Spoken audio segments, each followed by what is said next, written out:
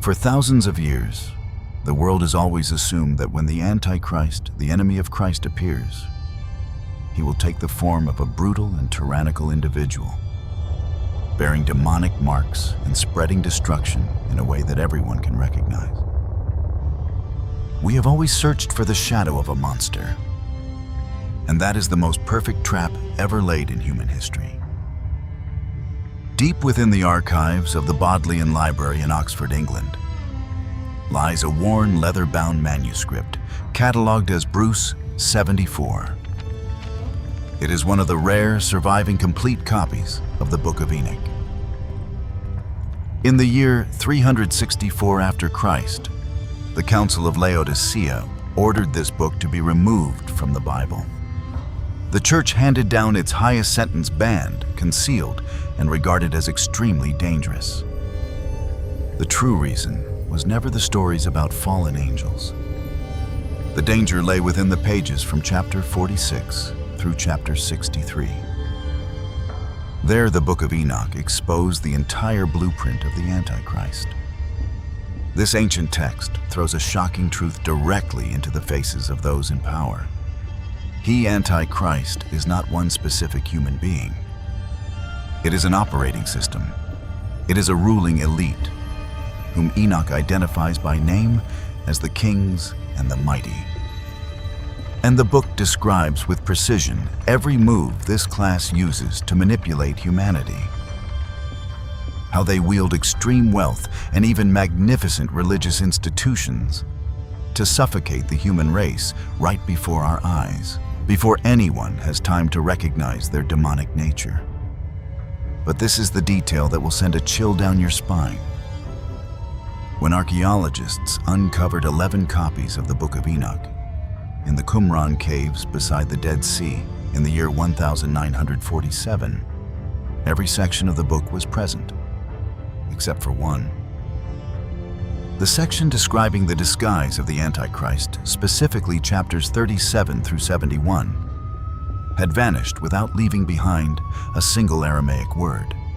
It had been cut away with perfect precision. Who erased those chapters from the Dead Sea Scroll? Why did the leading translators at Oxford deliberately whitewash this passage? Were they trying to protect us, or were they protecting the very system they served? Welcome to SleepCodex, and join us as we tear apart that veil of deception right now. The mysterious gap and the true portrait of the Antichrist. The darkness of history has always known how to conceal its most dangerous pieces. Sometimes, in order to erase a truth, people burn an entire book. Sometimes its name is mercilessly crossed out from official lists. But there are also cases that are far more suspicious and far more subtle. Almost the entire record remains intact, while the one section containing the most vital secret vanishes without leaving a trace. In the year 1947, beneath the scorching heat of the Judean desert, a group of Bedouin herders accidentally opened the door to one of the greatest archaeological discoveries of our age. Inside caves near the ancient settlement of Qumran along the northwestern shore of the Dead Sea, hundreds of scrolls and tens of thousands of decaying leather fragments were gradually brought into the light. The world now calls them the Dead Sea Scrolls. Many texts belonging to the Hebrew Bible were found there. Beside them lay community regulations, prayers, prophetic commentaries, apocalyptic writings, and religious works that had once circulated widely within Second Temple Judaism. But at the center of that enormous archive, one name appeared with such frequency that scholars were forced to stop and reconsider its entire history: Enoch. At Qumran, researchers identified approximately 11 Aramaic manuscripts containing different portions of the first Enoch tradition. We need to understand this number precisely. These were not 11 complete copies of the entire book, but 11 scrolls or groups of fragments belonging to different Enochic works.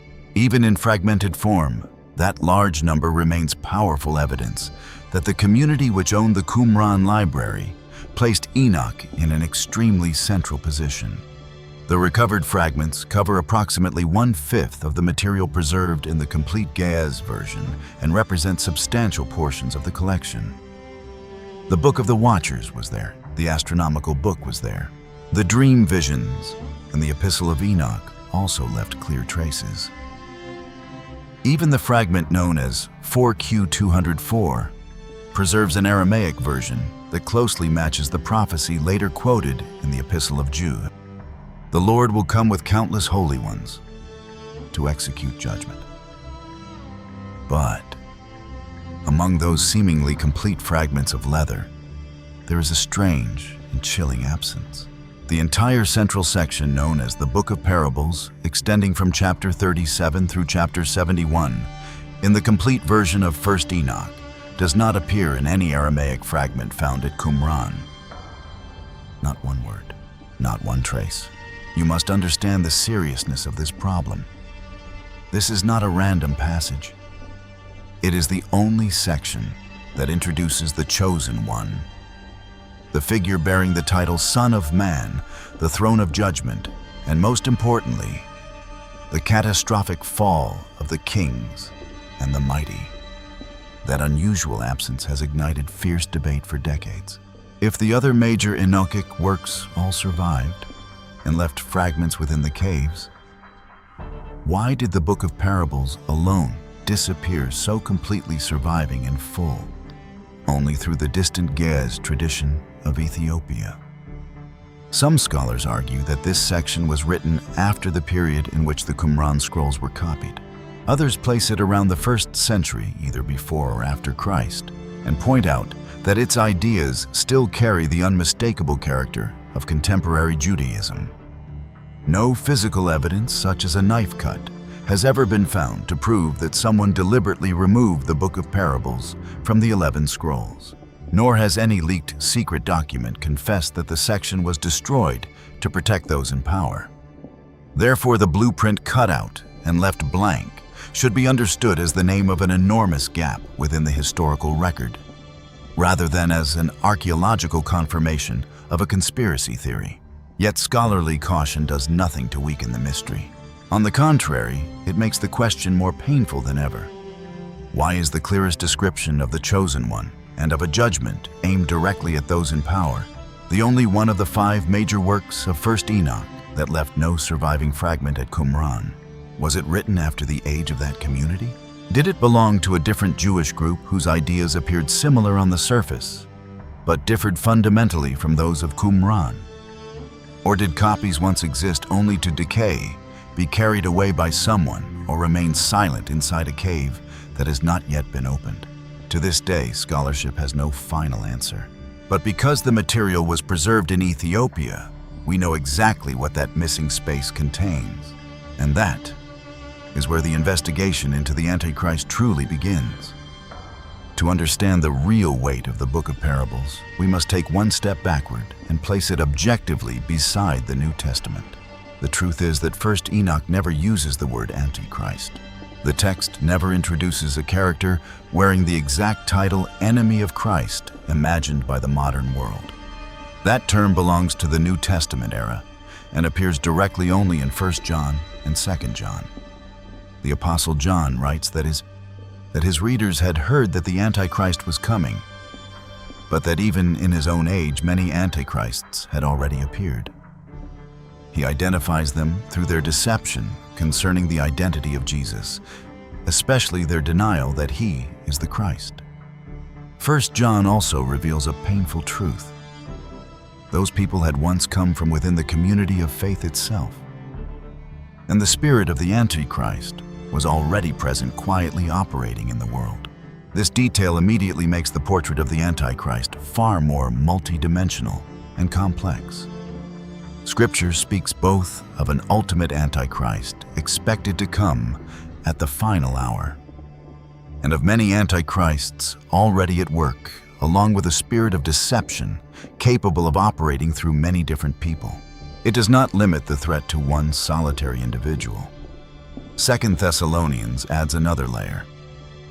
The Apostle Paul describes the man of lawlessness, a figure who openly exalts himself above every object of worship and uses power, signs, and deception originating from Satan himself. But notice this: before that figure is officially revealed, Paul declares that the mystery of lawlessness is already at work. In other words, a mechanism of manipulation has already been switched on before the final face appears. Ideas, habits, deceptions, and blind loyalties are tirelessly preparing the way, constructing the perfect world to welcome the lawless one when the appointed hour arrives. By the time we reach the Book of Revelation, the portrait expands into an entire ecosystem of power. The Apostle John sees a beast rising from the sea, receiving authority from the dragon, and causing the entire world to marvel and submit. A second beast rises from the earth. It appears gentle like a lamb, but speaks with the voice of a dragon. It performs signs, leads people into false worship, and establishes a mark of authority that directly controls humanity's ability to buy, sell, and survive. Revelation does not directly call the beast the Antichrist, but Christian tradition from an early period placed these images within the same discussion of power opposed to Christ. Even modern Catholic commentaries identify the second beast as a symbol of the Antichrist, the intermediary who leads the world into worshiping the first beast. The New Testament picture therefore contains many layers. First, John speaks of the spirit of the Antichrist and of many deceivers. Paul describes the mystery of lawlessness and a final man of lawlessness. Revelation exposes the coordinated operation of political power, religiously colored propaganda, and an authoritarian economic mechanism designed to manufacture loyalty. One individual may stand at the center of that stage, but he never operates alone. And do you know the most astonishing part?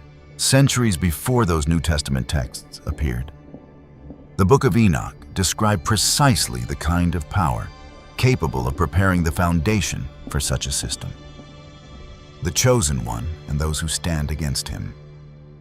The central figure of the Book of Parables is not the kings. At the center stands a great figure known by several titles: the Chosen One, the Righteous One, the Anointed One, and most powerfully, the Son of Man. In chapter 46, Enoch is taken into a vision. He sees the head of days, whose hair is white like wool. Standing beside him is a figure with the appearance of a human being, yet whose face radiates majestic grace, like that of a holy angel. Astonished, Enoch turns to the angel guiding him and asks, "Who is this man? Where does he come from? Why is he permitted to stand beside the head of days?" The answer declares that this is the Son of Man, the one who carries righteousness, the one who will reveal everything hidden, and the one personally chosen by the Lord of Spirits. His authority comes from heaven and existed before any throne upon the earth was ever built. Immediately afterward, the viewpoint of the vision suddenly shifts downward toward the world of rulers. The Son of Man will pull the kings and the mighty down from their cushioned seats. The power of the strong will be shattered. The faces that once caused nations to tremble and fall to their knees will now be covered with shame. Why must they endure such a devastating sentence? The text gives a cold and direct answer: because they do not honor the Lord of Spirits. They refuse to acknowledge the source of the kingdoms entrusted to them. Their power is built entirely upon wealth. Their faith is placed in gods fashioned by their own hands. They deny the Lord of Spirits and use their power to persecute the community of the faithful. This is the first portrait you must fasten firmly within your mind. Enoch does not describe a slimy monster with long horns. He sees flesh and blood human beings seated upon thrones. They possess enormous wealth control land and present themselves as entirely legitimate authorities. They have luxurious palaces, heavily armed armies, countless servants, and sophisticated legal institutions, ensuring that their commands reach every corner of society. In the eyes of the world, the press may praise them as great builders, defenders of order, or symbols of global prosperity. But when they stand before the Chosen One, that outer covering is torn apart, exposing the true origin of their power. They were entrusted with authority, but transformed it into private property. They used money to purchase control. The works created by human hands gradually seized the place that rightfully belongs only to the Creator. And when the righteous stood in the path of that manipulation, the rulers immediately turned the community of faith into an object of censorship and persecution. It is precisely at this intersection that Enoch's pattern begins to touch the New Testament concept of the Antichrist. The Antichrist in 1 John denies the Christ. Paul's man of lawlessness raises himself to a position equal with the divine. The beast in Revelation steals worship and uses violence to wage war against the saints. The kings in Enoch perform these same actions, except that they are written in the language of an ancient Jewish text, denying the Anointed One, relying upon wealth, worshiping the products of their own hands, and brutally oppressing the faithful. Enoch does not give them the label Antichrist, but he has already designed the complete moral structure of anti-messianic power. Whom do they oppose? This is a matter of life and death. If someone only skims the passages concerning kings, it would be easy to conclude Enoch is simply a book opposed to the rich or a work designed to incite rebellion against every form of government. But the text does not follow that cheap political path. The central issue is that power has been weaponized against the Chosen One and used to trample the righteous. Chapter 48 describes the Son of Man as a strong staff supporting the righteous, a light guiding the nations, and the only hope of those whose hearts are bleeding. His name was proclaimed before the sun, the stars, and the signs of heaven appeared. He was hidden within the protection of the Lord of Spirits, before the foundations of the world were laid, awaiting only the appointed moment of revelation. The contrast is so radiant and severe that it cannot be misunderstood. The kings build their power upon wealth accumulated during a few brief decades. The authority of the Son of Man was sealed before the universe was formed. The rulers hold their thrones through armies' taxes and the obedient submission of the people. The Chosen One stands through the absolute decision of the Lord of Spirits. The kings drain the labor of the weak to sustain their luxury. The Son of Man becomes the living hope of those who are being exploited. This confrontation has therefore never been merely a political chess match between two competing factions. It is a fiery collision between two completely opposite definitions of rule. One side views power as an instrument for taking, accumulating, and controlling. The other establishes rule upon righteousness, the protection of the weak, and the exposure of every concealed crime. And this is also the life or death reason the kings must deny the Chosen One. His very presence destroys every excuse they have created. If authority truly comes from the Lord of Spirits, then they must answer for the way they used it. If the Son of Man is the judge with authority over hidden things, then the destroyed documents, silenced victims, and corrupt contracts signed behind closed doors will no longer possess the power to protect them. Such a system of government can survive and continue draining the blood of humanity only when people believe that no court exists above it. Why does wealth play a central role? Chapter 46 does not declare that property or money itself is the Antichrist. It says that the power of the kings rests upon wealth. That distinction is extremely subtle and important. Money itself is a neutral instrument. It can feed a family, build hospitals, rescue the poor from hunger, and serve countless good purposes. But when wealth crosses beyond the material realm and becomes a source of truth, its function begins to change in a terrifying way. The person with the most money is automatically treated as the person who is most correct.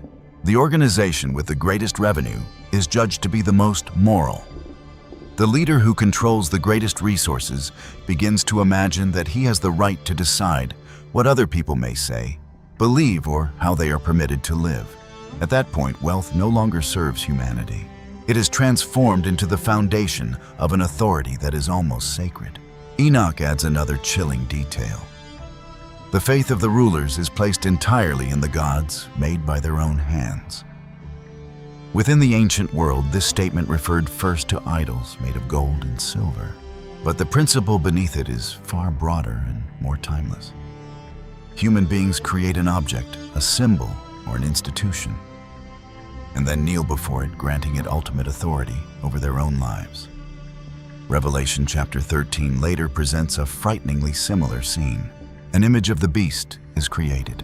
Then that lifeless image is given a voice, and it begins demanding that all humanity kneel and worship it. Something built by human hands turns around and rules the people who created it. This is the profound point at which the two texts meet. Enoch sees kings placing their faith in gods, fashioned by their own hands. Revelation sees the image of the beast constructed by human beings and openly claiming the right to demand absolute submission. Both sound the same warning about the darkest moment of all, the moment when the created thing overthrows and seizes the place of the Creator. An individual or a system. Through Enoch's razor-sharp lens, the threat is not reduced to one solitary person. The text repeatedly refers to the kings, the mighty, the exalted, and those who possess the earth. It is an entire ruling stratum, a class. They share the same operating code. Power comes from wealth. Wealth is used to lubricate and strengthen institutions. The institutions then protect the people who benefit from them. And those who remain steadfastly loyal to the Lord of Spirits immediately become obstacles that must be removed. Because that loyalty identifies a boundary the rulers can never cross. Using the language of the 21st century, we could call this structure a power operating system. But we must be careful. That is our interpretive language for easier understanding, not an original term used by Enoch.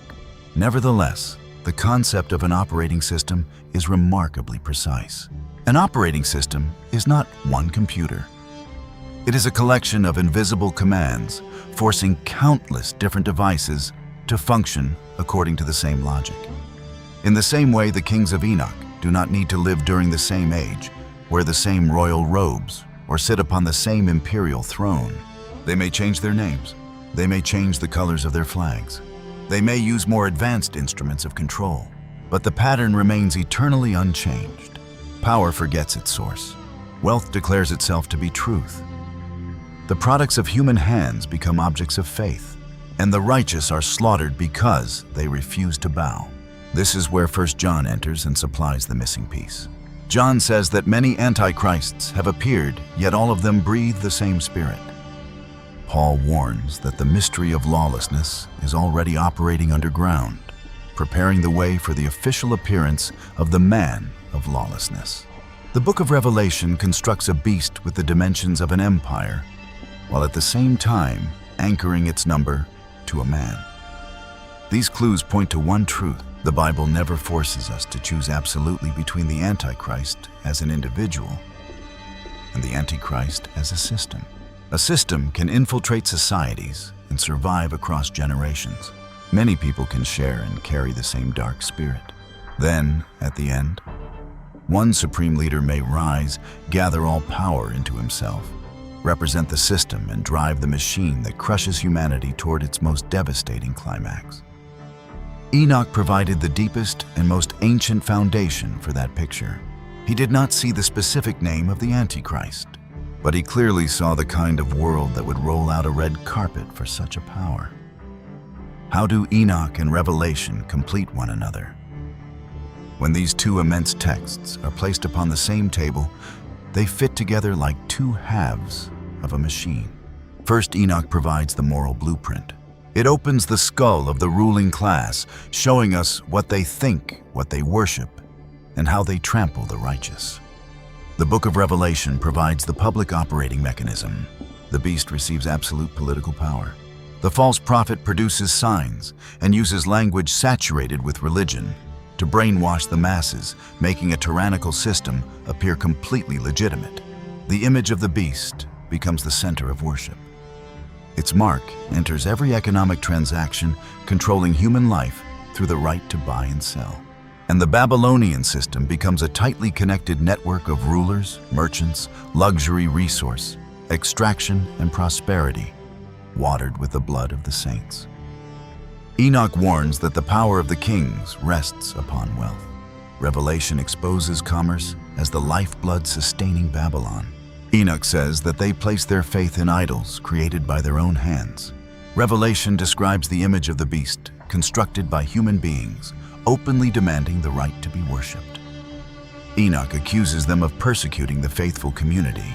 Revelation recounts the beast's bloody war against the saints. Enoch says that they deny the Anointed One. 1 John directly calls the one who denies the Christ an Antichrist. And when Paul warns that the mystery of lawlessness is already at work, Enoch shows us how it operates. Through money, through blood-stained thrones, through sophisticated oppression, and through the blind belief that earthly power will never have to bow and answer before any authority higher than itself. This chilling correspondence is not evidence that the New Testament authors secretly copied the Book of Parables. We must remember that the Book of Parables was not even found at Qumran. Its direct relationship with individual New Testament passages remains a fiercely contested field of scholarship. But these writings clearly breathe the same atmosphere of Jewish apocalyptic thought, a universe of ideas in which arrogant evil powers rise against the one chosen by God, drown the righteous in blood, and eventually collapse before the court of heaven. That similarity allows us to offer a completely objective conclusion. Enoch does not provide a named and dated portrait of the Antichrist, but the book preserves an ancient pattern of anti-messianic power, a system of sophisticated manipulation, which the New Testament later named personified and expanded into humanity's greatest nightmare. How did the book actually disappear? Its ability to expose the corruption of the elite makes it easy for modern people to believe a conspiracy theory the Book of Parables was removed because it posed too great a danger to the seats of those in power. That hypothesis sounds like the perfect Hollywood screenplay, but historical reality is rarely that sensational or obvious. The Council of Laodicea, commonly placed by historians around the middle of the 4th century and sometimes briefly dated to the year 364, issued a cold decree. Only books recognized as canonical were permitted to be read publicly in churches. But examine that sentence carefully. The decree never mentions Enoch by name. It includes no explanation stating, "We have forbidden this book because it dares to criticize kings or wealthy clergy." Even the precise date of the council remains uncertain, commonly placed somewhere between the years 343 and 381.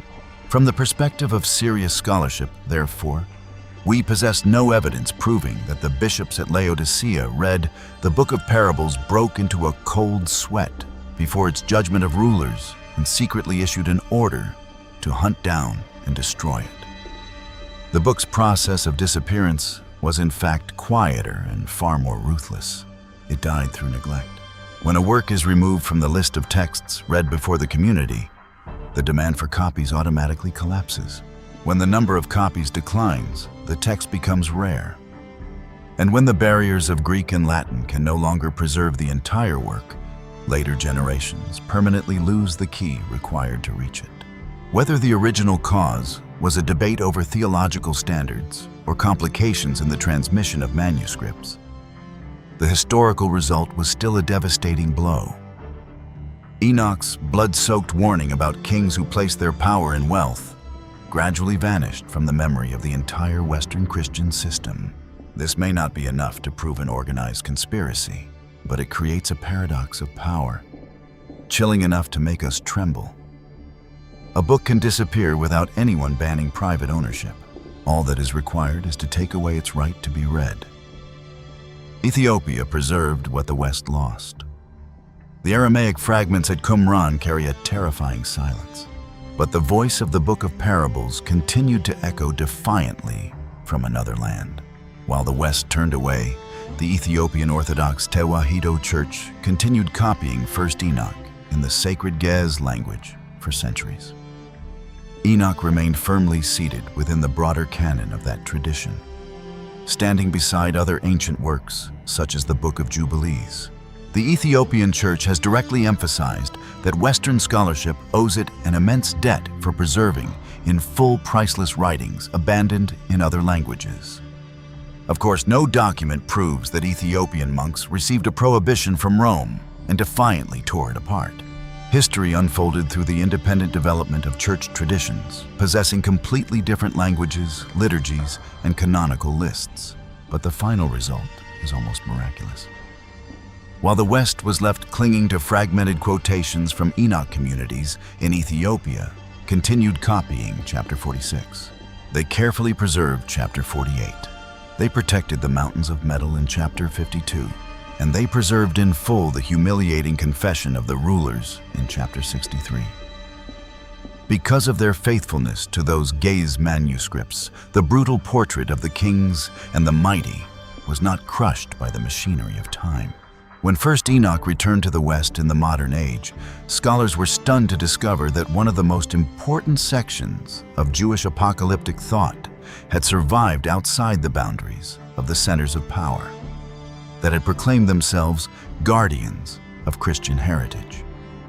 The gap at Qumran and the Gez manuscripts do not combine to form ironclad proof of a conspiracy to purge the text, but together they have created something far more valuable, an unresolved historical case involving a missing text, the true portrait of the enemy. And now remove from your mind the illusion of a monster that is easy to recognize.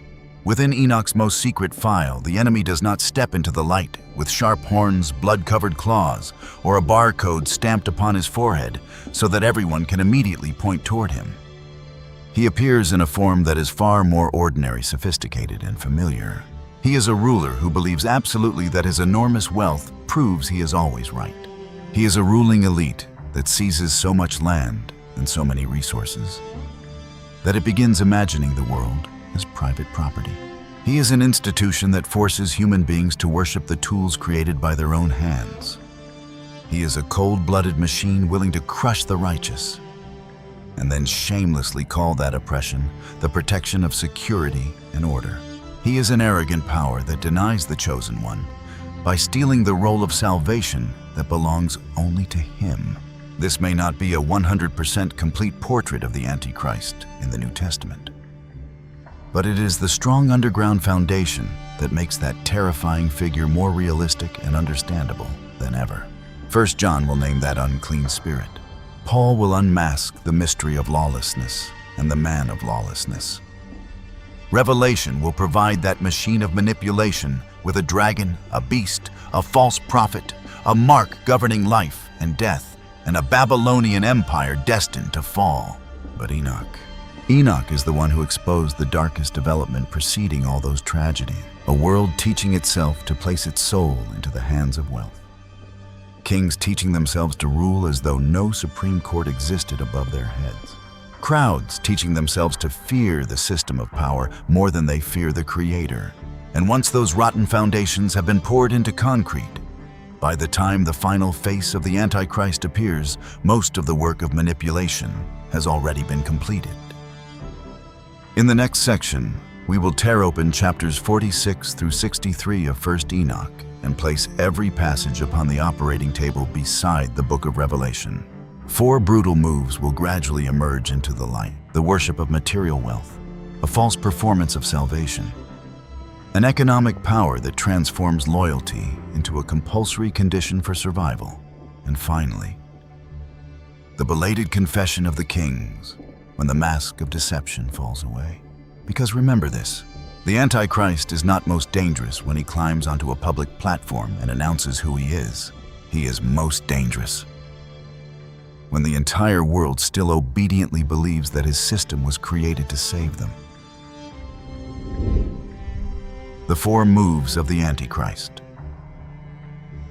As we enter the core of 1 Enoch from chapter 46 through chapter 63, we need to keep one clear investigative principle in mind. The Book of Enoch never says that the Antichrist will carry out exactly these 4 moves according to a predetermined schedule, as though he were opening an instruction manual and following each step.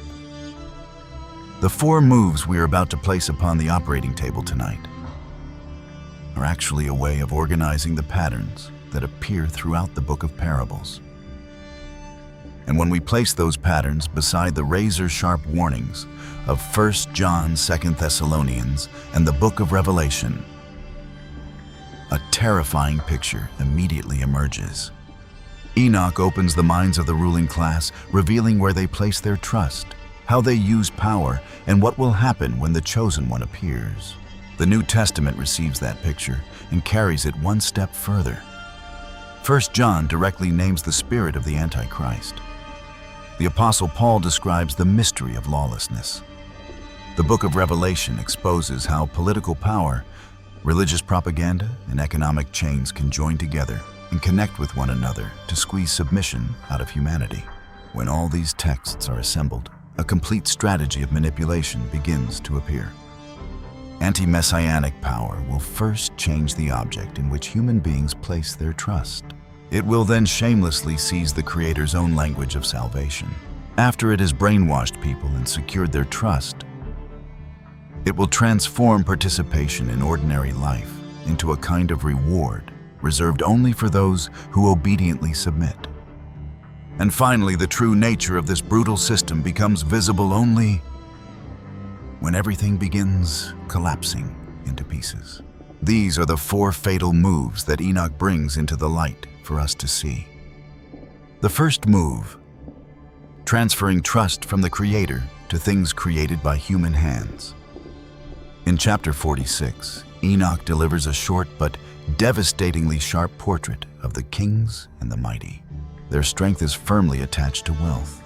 Their faith is placed entirely in idols fashioned by their own hands. They ruthlessly cast aside the name of the Lord of Spirits, openly suppress the communities that worship Him, and persecute the faithful. The text also emphasizes that they refuse to acknowledge the source of the kingdoms entrusted to them. Do you recognize the most terrifying element within this first move? It is this: those rulers are fully aware that a spiritual world exists. They may still appear radiant while cutting ceremonial ribbons at the openings of magnificent temples. They may continue attending solemn rituals and speaking religious language fluently on television. The problem does not lie in their words. The problem lies in where they truly place their security. When a crisis erupts, they trust their accumulated wealth. When they need to preserve power, they rely upon military weapons and legal institutions. And when they must choose between truth and personal advantage, the weight of their wealth determines what they will defend. A person may speak endlessly about believing in God on Sunday morning, while his actual life operates as though money, influence, and social position were the supreme powers governing the universe. Enoch saw directly through that rotten moral separation. The human mouth may praise heaven, while the true trust at the bottom of the heart has secretly shifted toward things that can be counted, owned, and controlled. In the ancient world, the phrase "gods made by human hands" referred first to idols fashioned from stone, wood, or metal. But the bleeding moral principle beneath that statement extends far beyond a lifeless statue. Human beings often create a tool to serve their lives. Over time, they begin depending upon that tool. Then, the darkest day arrives. The tool is given the authority to determine value, define truth, and judge the future of the very people who created it. Look directly at the world around us. An economy created to serve human beings can become a cold-blooded standard that decides who deserves to live and who should be discarded. A government established to protect the community can begin pointing weapons at its citizens and demanding a loyalty greater than conscience itself. A religious organization created to serve God can gradually become corrupted, prioritizing its own survival and reputation above the truth it was entrusted to protect. Technology and machinery can heal diseases, connect families, and expand knowledge. But when human beings begin imagining that technological progress can solve every moral limitation they have, place the robe of salvation upon their own creation, this is how a modern idol is cast. It requires no stone altar or elaborate ceremony. It only needs human beings to believe that their lives will collapse without it. That is enough. Revelation chapter 13 carries this same principle into a scene capable of paralyzing every neuron in the mind. The second beast openly commands the inhabitants of the earth to construct an image of the first beast. That lifeless image is then given the ability to speak. It opens its mouth, demands worship, and automatically issues commands of life and death, ruling over the very people who created it. Within the earliest historical context, the beast from the sea reflected the Roman Empire and the emperors who assigned sacred titles to themselves. Compulsory emperor worship transformed political loyalty into a forced religious act. The empire was never satisfied with citizens merely obeying traffic laws or paying taxes. It wanted to seize their souls by using language that rightfully belonged only to the divine. And this is the fiery point at which Enoch and Revelation meet. The kings of Enoch trust idols fashioned by their own hands. Revelation shows an image of the beast constructed by human beings and then granted the authority to demand absolute submission. Both texts sound an alarm concerning one specific moment. The moment when the created thing arrogantly steps into the place that belongs only to the Creator. This helps us understand why anti-messianic power is often extremely difficult to recognize during its earliest stage. It rarely begins with an outrageous declaration that God has been destroyed. It is far more subtle. It slowly brainwashes people until they begin to feel that God has become unnecessary. You may still close your eyes and pray, as long as that prayer does not interfere with your loyalty to the system. You may still display a Bible in your home, as long as your conscience does not speak against their corrupt laws. You may proudly call yourself a person of faith, as long as the final authority in your life always belongs to money's social position and the fear of losing security. 1 John provides a standard test capable of exposing this spirit. The Apostle John commands believers to test the spirits and teachings because countless false prophets have entered the world. The spirit of the Antichrist is recognized by the way it changes the definition of Jesus and distorts the truth about him. The world eagerly listens to such voices because they produce sounds that are pleasing to the ear and perfectly aligned with the corrupted values of the world. An anti-messianic system therefore does not need to remove the name of Jesus from churches. It may keep his name while quietly draining away everything it means. Jesus is reduced to a harmless cultural symbol rather than the one who holds authority over the human conscience. Faith becomes an ornament used to polish public image rather than a call to live and die for the truth. Mercy becomes a public relations tool within billion-dollar media campaigns, while the actual victims whose existence threatens the institution are still ruthlessly pushed aside. The first move succeeds completely when people do not even feel that they have abandoned God. They are simply being lulled to sleep quietly, transferring their deepest trust toward things that human hands can build and control. And once that psychological transfer is complete, the machine has received enough fuel to advance toward the next stage. The second move, seizing the role of the Savior. As we enter chapter 48 of 1 Enoch, the entire atmosphere suddenly changes. After witnessing the cold-blooded portrait of the kings, Enoch looks upward and sees an inexhaustible source of righteousness, together with countless streams of wisdom flowing toward souls dying of thirst. The name of the Son of Man was proclaimed before the sun. The signs in heaven and the stars were formed. He becomes the firm support of the righteous, a beacon for the nations, and the only hope of those carrying broken hearts. These are the things the Chosen One brings: righteousness, light, hope, absolute protection for the oppressed. A powerful rain that forces every truth buried in darkness to expose itself before the light. First Enoch never says that the kings will wear wigs or robes in order to impersonate the Son of Man. Nor does the book describe them organizing fake humanitarian programs to cosplay the Messiah. But when these two powers are placed opposite one another, The contrast carries the smell of something burning. The chosen one brings hope through righteousness.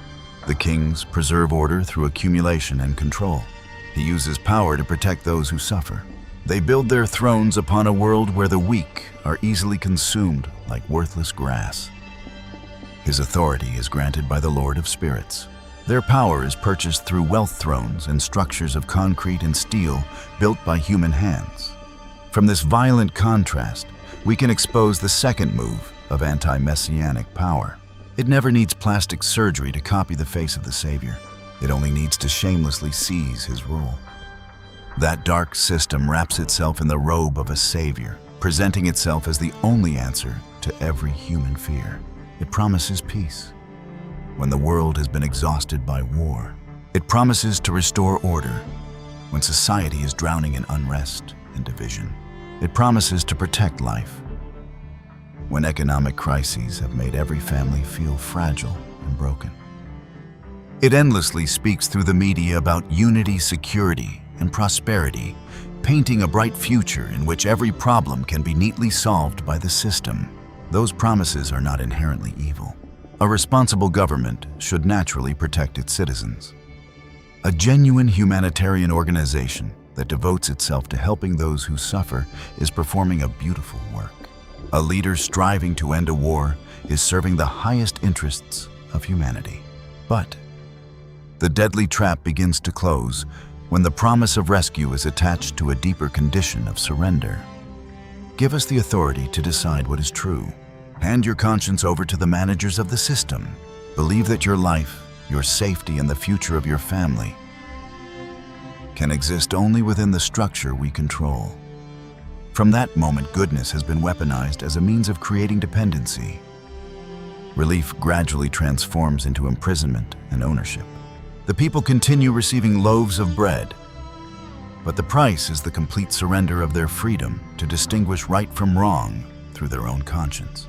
2 Thessalonians chapter 2 describes the man of lawlessness through the terrifying language of usurping a position.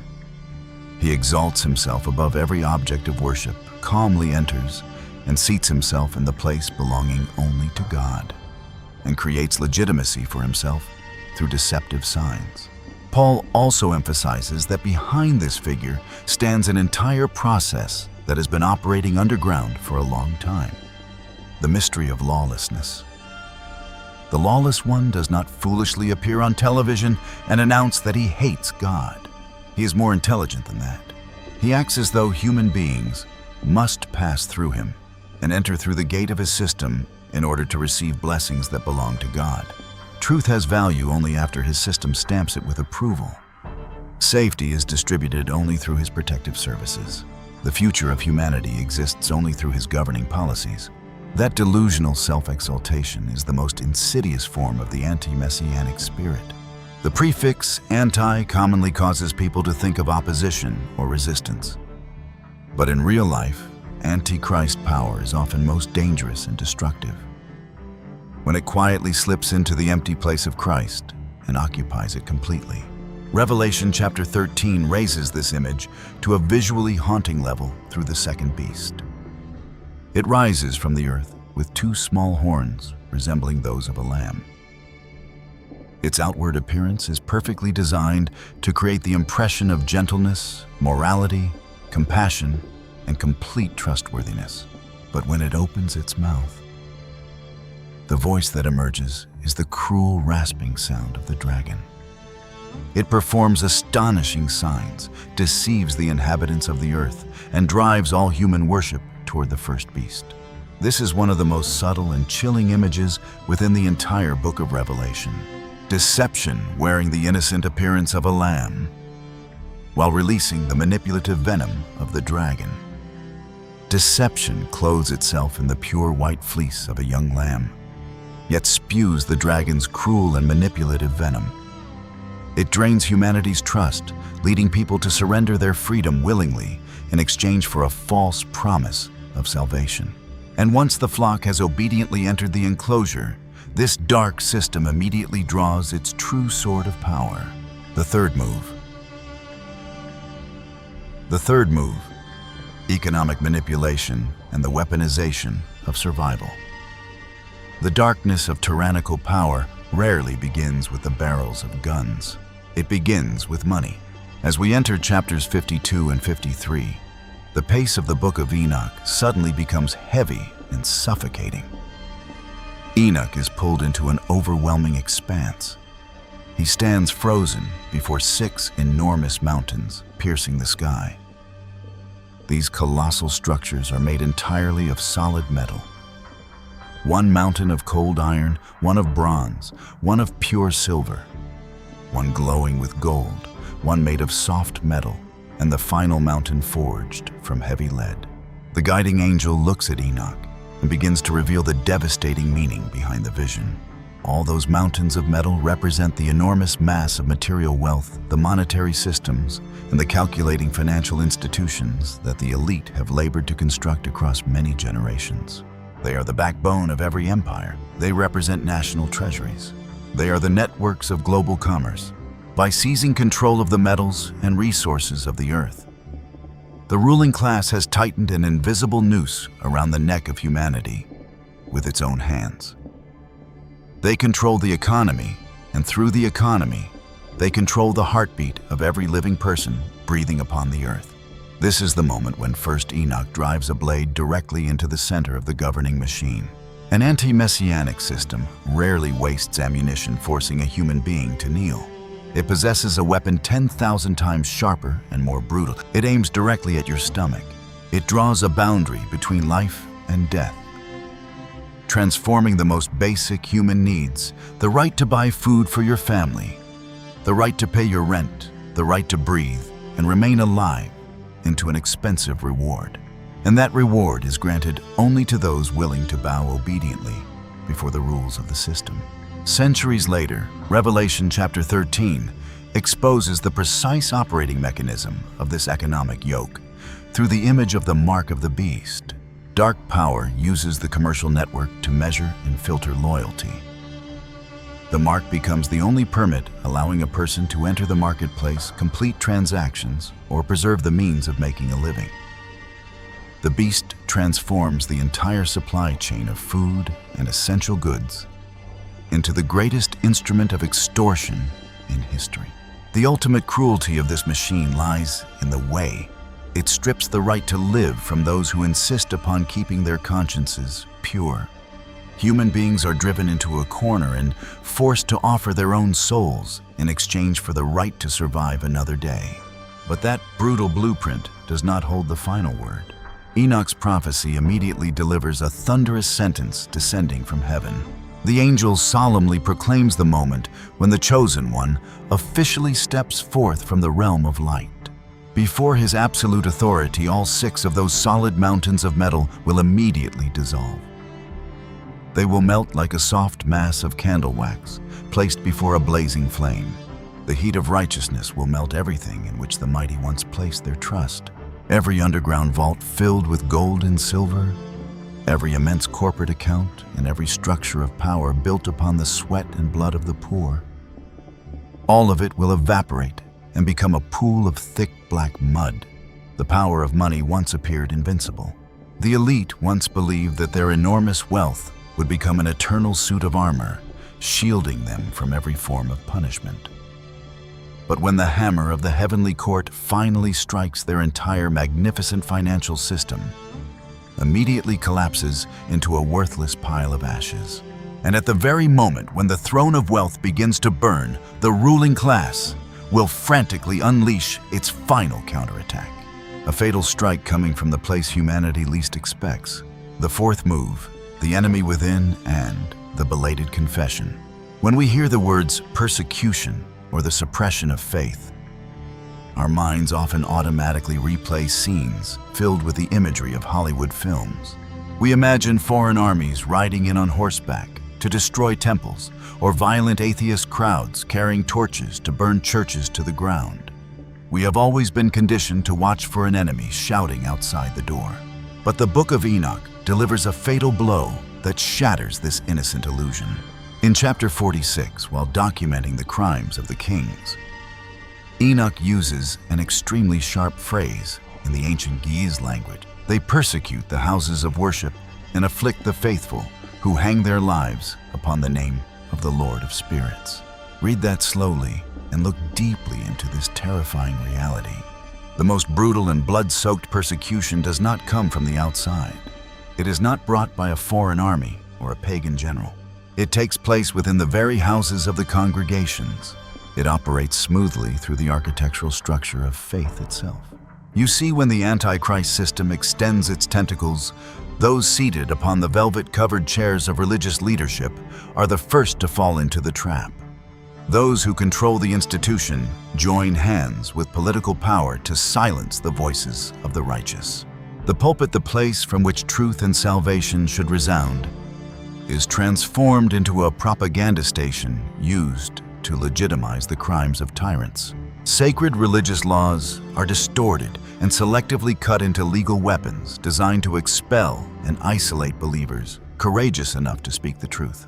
The institution created by God to serve as a refuge protecting human beings betrays its purpose and becomes the prison that confines and condemns them. This is the ultimate betrayal at the deepest level of the soul. The enemy wears the pure white robe of a shepherd and uses the gentle language of love and unity to carry out sentences of purging. It matches the portrait of the second beast in the Book of Revelation with chilling perfection. Outwardly, it wears the gentle fleece of a lamb, but when it opens its mouth, it releases the manipulative venom of the dragon. But the law of heavenly justice declares that darkness, no matter how skillfully disguised, can never cover the light forever. As we enter chapters 62 and 63, Enoch drives the machinery of history toward its ultimate climax. The day of great judgment begins. The door of time slams shut. The kings, the mighty, the ruling elite, the great financial magnates, and those who once declared themselves the owners of the earth, are all herded together into a trembling crowd beneath a sky of judgment. There will be no intimidating guards standing before them. There will be no billion-dollar legal teams to argue their case. There will be no public relations experts to whitewash their image. And there will certainly be no foreign bank account or mountain of metal capable of bribing this court. At that moment, the enormous curtain concealing humanity's deception is violently torn down. The blinding, radiant, and razor-sharp light of truth descends. The Son of Man, the one they openly denied, mocked, and pushed to the margins of society, stands before them in the fullness of his glory and majesty. And this is the most precious and liberating moment in the entire book of parables. Do you think they will arrogantly draw their swords and summon their armies for one final spectacular battle, as they do in mythological films? They will not. They collapse to the ground like rotten trees. Their arrogant pride completely evaporates. Cries of despair erupt. They crawl upon the earth, begging for a way of escape. They scream and claw at the ground, pleading for just a little more time to repent. Enoch takes up his pen and records every word of their humiliating confession with unmistakable clarity. They cry out and admit that all their enormous wealth forged from gold and silver is completely powerless, unable to purchase the life of the soul. They bitterly acknowledge that all the structures, towers, and empires built by their hands are nothing more than hollow monuments to deception. And finally, they are forced to tear off their own masks and confront the most devastating reality of all the truth that will torment them throughout eternity. They knew the truth from the very beginning. They knew exactly who the Creator was. Yet they deliberately closed their eyes and turned away from the light, merely to embrace a few brief decades of earthly power. The highest sentence is pronounced. The sound of the hammer echoes across the universe. They are dragged from their blood-stained thrones and thrown into the darkness of eternal rejection. The anti-messianic machine of tyranny, after thousands of years of manipulation, stolen trust, and the draining of humanity's life force, is finally shattered, bringing its existence to an end through the most complete and humiliating collapse imaginable. As this case closes, one chilling truth emerges, with enough force to shake even the most sober minds. The brutal blueprint Enoch once labored to describe, the system of manipulation that supposedly caused the Council of Laodicea to break into a cold sweat and hastily removed the book from the Bible 17 centuries ago. Never died. It was never buried beneath the dust and sand of the ancient world. No, they simply removed their ancient robes and replaced them with expensive tailored suits. The kings and the mighty are still here breathing the same air as we are. Their power still drives blood-draining roots deep into wealth.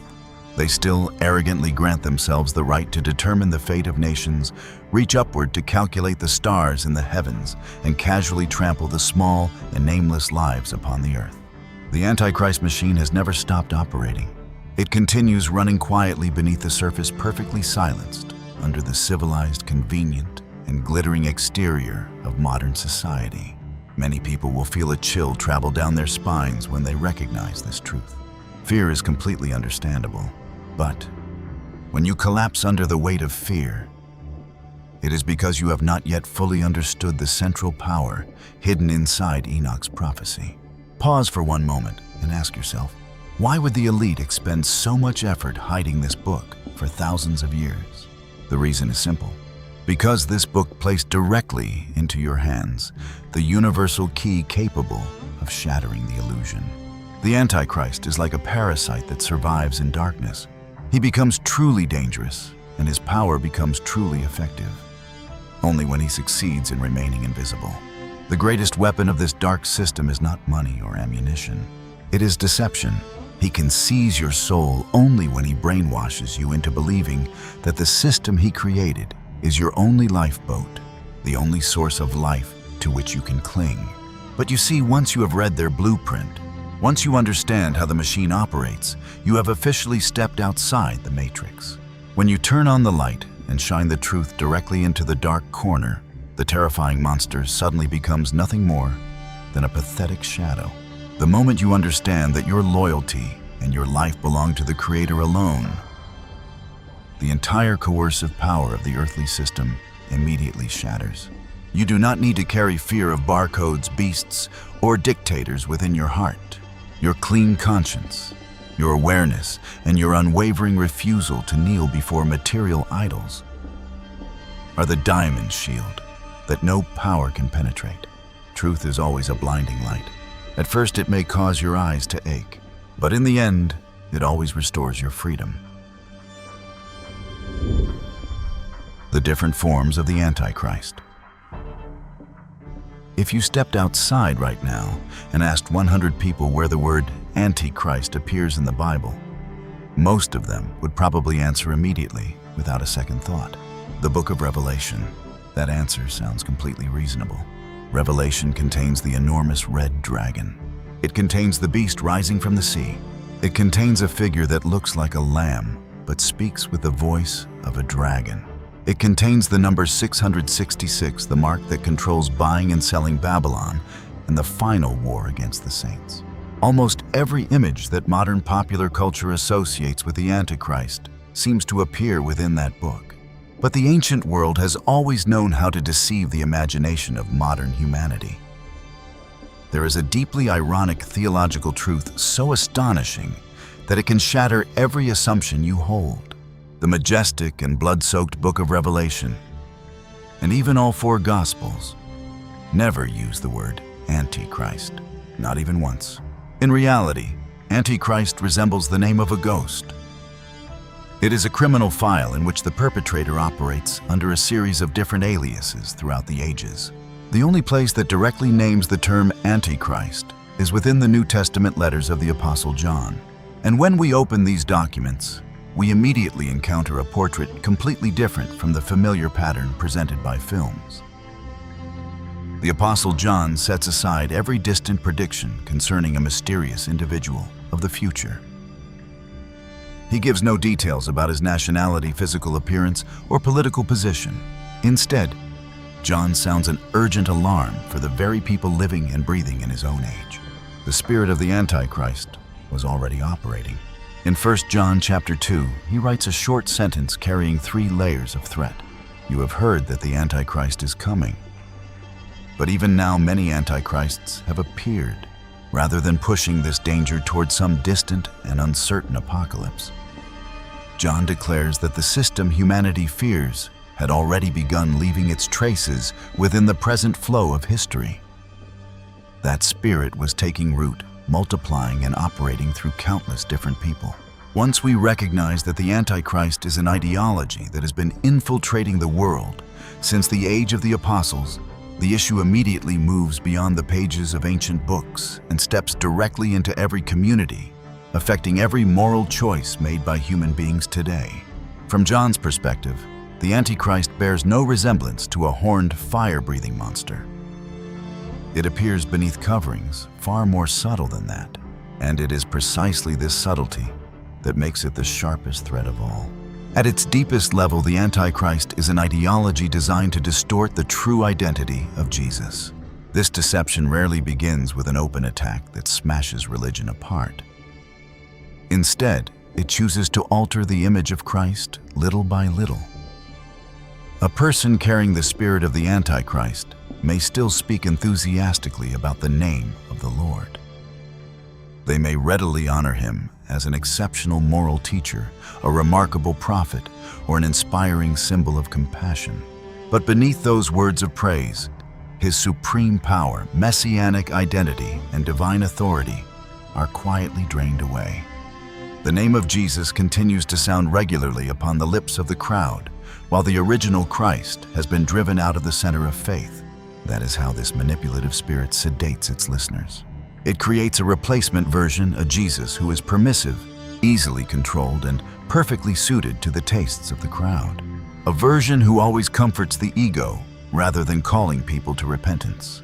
A symbol who always remains neutral, continually bowing in compromise before the power of the state money and corrupt religious institutions. This edited figure easily receives widespread praise simply because he poses no threat whatsoever to those who hold privilege. By 1 John chapter 4, the warning rises to a new level. John commands the followers of the Lord to continually test the spirits. The essence of the Antichrist is the deliberate denial that Christ truly took on human flesh and entered the world.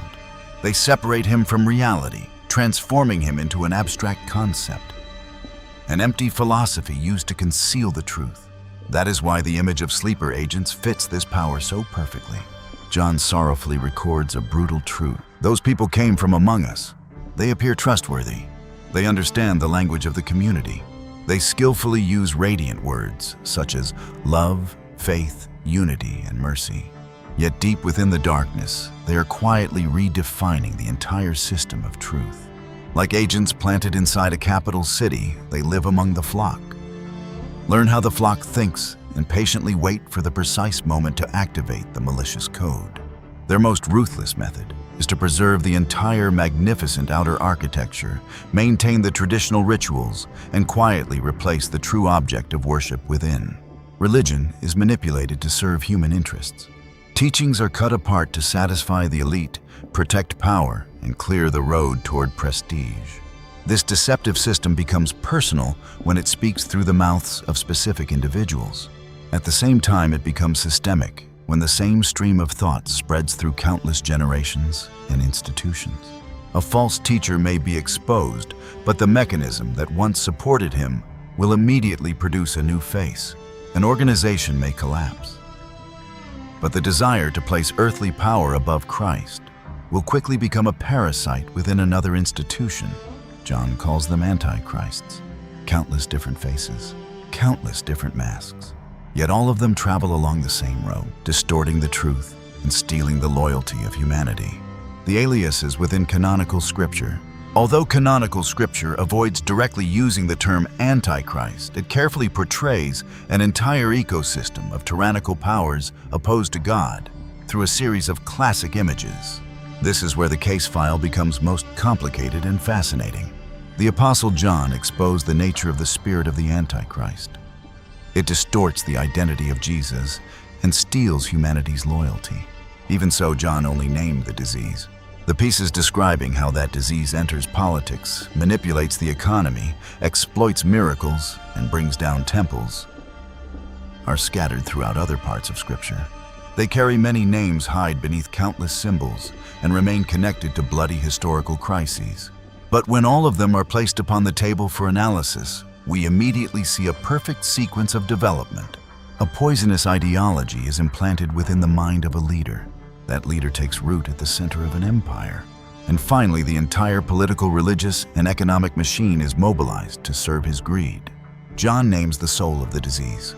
The other books reveal the physical body that the disease occupies. The little horn, the blueprint in the Book of Daniel. To recover the earliest blueprint of the Antichrist, we must travel backward into the Old Testament. There, among the vision-filled pages of Daniel, a strange power begins to rise.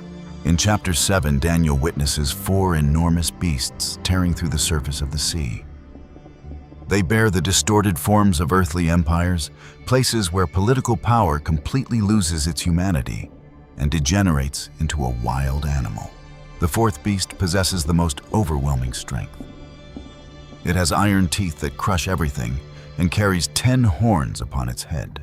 Before Daniel's eyes, a little horn begins to rise, calmly uprooting 3 of the older horns to make room for its arrogant presence. That little horn possesses eyes like human eyes and a mouth that continually speaks boastful words. This is a razor-sharp metaphor. The eyes represent calculating intelligence, while the mouth is a propaganda machine filled with deceptive political promises. It is far more than an instinctive beast. It knows how to persuade. It knows how to deceive the masses, and it knows how to manipulate its public image. Most importantly, the horn grows directly from the body of the beast. This brutal ruler emerges from within an existing structure of power. The empire provides him with an army laws, vaults filled with gold, and a fully functioning system of government. His only task is to remove the rivals standing in his way, then openly seize that machinery to satisfy his ambition. When the interpretation is revealed, the little horn emerges as a megalomaniacal king. He issues decrees against the Most High, exhausts the strength of the saints, and seeks to reshape the appointed times of history. By chapter 8 and chapter 11, the same pattern continues through the image of a king who uses deceitful schemes to seize the throne, employs flattery to purchase loyalty, and finally establishes the abomination of desolation within the holy place itself. Modern scholars recognize that these descriptions closely match the reign of Antiochus, the 4th Epiphanes, the king who massacred the Jewish people, defiled the temple, and transformed state law into the ultimate weapon for coercing faith. But the shadow of Antiochus was only a preliminary draft. He left behind a classic pattern for every future tyrant rising from within an empire, using political schemes as a stepping stone, employing propaganda to brainwash the population, violently interfering in spiritual life, and forcing human law to stand above the covenant with God. At this point, Daniel's little horn joins perfectly with the kings in the Book of Enoch. Both arrogantly place their thrones above heaven, and both must face the same final outcome. The heavenly court brings down its gavel. The books are opened, and their thrones collapse into dust and ashes. The false Christ, the psychological manipulation script in the Gospels. If the little horn exposes the brutality of the political machine, then the warning of Jesus in the Gospels of Matthew and Mark strips bare a strategy for destroying the soul that is infinitely quieter, gentler, and more subtle, the impersonation of the Savior. The setting of this prophecy carries tremendous weight. Seated upon the gentle slope of the Mount of Olives, Jesus turns his gaze toward the towering Temple of Jerusalem. That immense structure shines brilliantly, representing eternal stability within the minds of the Jewish people. But at that very moment, he pours cold water over their illusion of safety. He commands his disciples to establish a barrier of extreme vigilance against an invasion carried out through deception.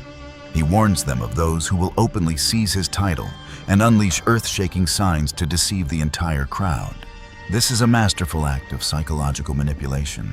Humanity's survival instinct naturally establishes a strong defensive system against demons with hideous faces and mouths filled with bitter curses. Human beings automatically step backward when confronted with evil displayed openly, understanding this vulnerability completely. The false Christ chooses a strategy that is entirely the opposite. He steps onto the stage with radiant smiles of compassion, sweet promises of healing, and the glorious light of a great Savior wrapped around him. He patiently waits for the precise moment when humanity has become most exhausted and most deeply wounded by war, famine, and injustice. He gently walks into the middle of the ruins, extends his hand, and whispers into their ears the exact words they have desperately longed to hear. I am the one you have been waiting for. All suffering ends here. To destroy the final barrier of reason completely, he unleashes his ultimate weapon, miracles. Jesus emphasizes that these supernatural phenomena possess a terrifying power of sedation, strong enough to deceive even the most steadfast and discerning minds. Within the impostor's performance, supernatural power becomes the perfect stage prop. When people witness someone who appears capable of healing incurable diseases or changing the laws of nature, their minds are immediately overwhelmed by astonishment. That astonishment disables every ability to question. The crowd sees a miracle and automatically falls to its knees, carrying the naive belief that anyone who possesses supernatural power must naturally represent the will of heaven. At the very moment the crowd kneels, the false Christ molds humanity's legitimate hope into an invisible noose, tightening around their necks. He gathers every pain and every tear of the vulnerable, using them to lay the first foundation stones of a fanatical empire bearing his own name. Instead of using signs to guide people to look upward toward God, he skillfully bends the direction of their gaze, forcing every eye to remain fixed upon his power. He fills the emptiness of despair with a brutal contract. The crowd must give him absolute sacred submission in exchange for the illusion of peace. The destructive power of the false Christ reaches its peak by offering a cheap path to salvation. The true Christ demands the surrender of the self, the carrying of the cross, and a profound confrontation with repentance. The counterfeit version removes all those painful requirements. He offers a comfortable shortcut, a promise of immediate prosperity, privilege, and comfort.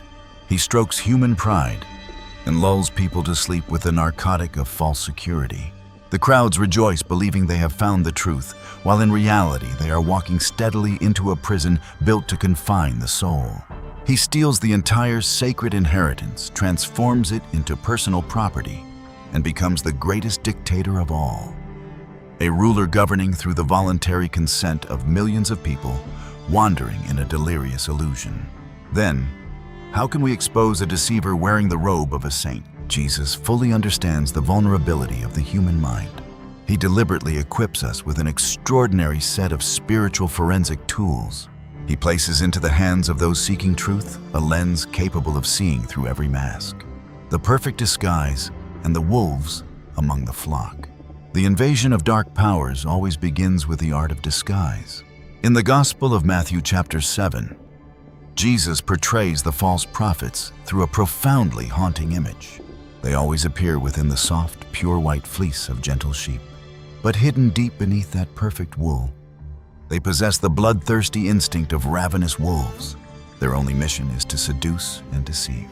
Through magnificent signs and miracles that overwhelm the senses, they use every method possible to set traps capable of capturing even the chosen. Looking back through the historical record, this has always been an ancient strategy. From the age of the Old Testament, the prophet Jeremiah confronted an entire system of impostors. They boldly borrowed the name of Jehovah to issue false prophecies, using sweet words to draw the people away from the land of the covenant and push them onto a road leading toward complete destruction. As the final age approaches, the Apostle Paul clearly identifies the upgraded form of this system in 1 Timothy. Hypocritical teachers carrying consciences hardened, as though branded with a hot iron, will openly spread the teachings of demons. They establish severe rules with an outward appearance of holiness, forcing people to abstain from foods and forbidding marriage in order to create a religion of bondage that strips away the good blessings God created. That is why the Apostle John issues an urgent command: continually test every spirit. The discernment of the Holy Spirit is the only weapon capable of drawing a clear line between truth and the deception spreading throughout the world. To expose these impostors, Jesus provides a principle of identification that functions as an absolute law of the universe. The law of the harvest. Ignore the flourishing green leaves on the outside. Ignore the height of the trunk. Ignore the radiant glory of the miracles. Look directly at the fruit they produce, the pattern of the good tree. A tree with a good nature will naturally produce sweet fruit. The source of its strength comes from being deeply rooted in the true vine, Jesus himself. The prophet Jeremiah describes this tree as planted beside a refreshing stream. Even when it faces severe drought, its leaves remain permanently green, and its harvest is always heavy with fruit. The account in Ezekiel chapter 47 raises this image to an even greater scale. The fruit produced beside the holy waters possesses the power to nourish life, while the leaves contain the power to heal every wound. These are the true forms of sweet fruit listed by the Apostle Paul in Galatians: love, joy, peace, patience, kindness, goodness, faithfulness, gentleness, and self-control. Wherever the good tree takes root, life overflows. The nature of the poisonous tree. In contrast, a root-carrying poison will always produce bitter fruit. The Apostle Paul exposes the fruits falling from the system of false teachers: delusional pride, rivalry, and jealousy, poisonous slander, and the practice of turning godliness into a tool for personal gain. The prophet Isaiah calls them wild grapes, with such a sour taste that they set the teeth on edge. Even the Book of 2 Kings records a classic case of spiritual poisoning. A man accidentally gathered wild gourds from the field and placed them into the common pot of stew. After only a small taste, everyone cried out together, "Death is in the pot." That is the destructive power of a false prophet. Their words may appear appealing like juicy fruit, but devouring them means swallowing death directly into the soul. The sentence against these poisonous trees is always consistent and absolute. They are cut down from the roots and thrown directly into the blazing fire. But before that fire brings everything to an end, the false prophets still make one final desperate attempt at manipulation. They carry their baskets of counterfeit fruit directly before the throne, arrogantly believing they can deceive even the Creator. But they are wrong. On the day of judgment, before the gates of the kingdom of heaven, within this great court, countless deceivers confidently step forward and boldly present their dazzling spiritual resumes. They use their earthly achievements as proof that they are good trees. They proudly list how they prophesied in the name of the Lord, cast out demons in the name of the Lord, and performed a series of astonishing miracles. They use his name like a token of authority, demanding that their reward be granted. But within this sacred space, every light of the stage immediately goes dark. The curtain of illusion is torn apart by a penetrating light. Jesus looks directly at the piles of fruit they have brought. Countless dazzling miracles are present, yet the true fruit of the Spirit is completely absent.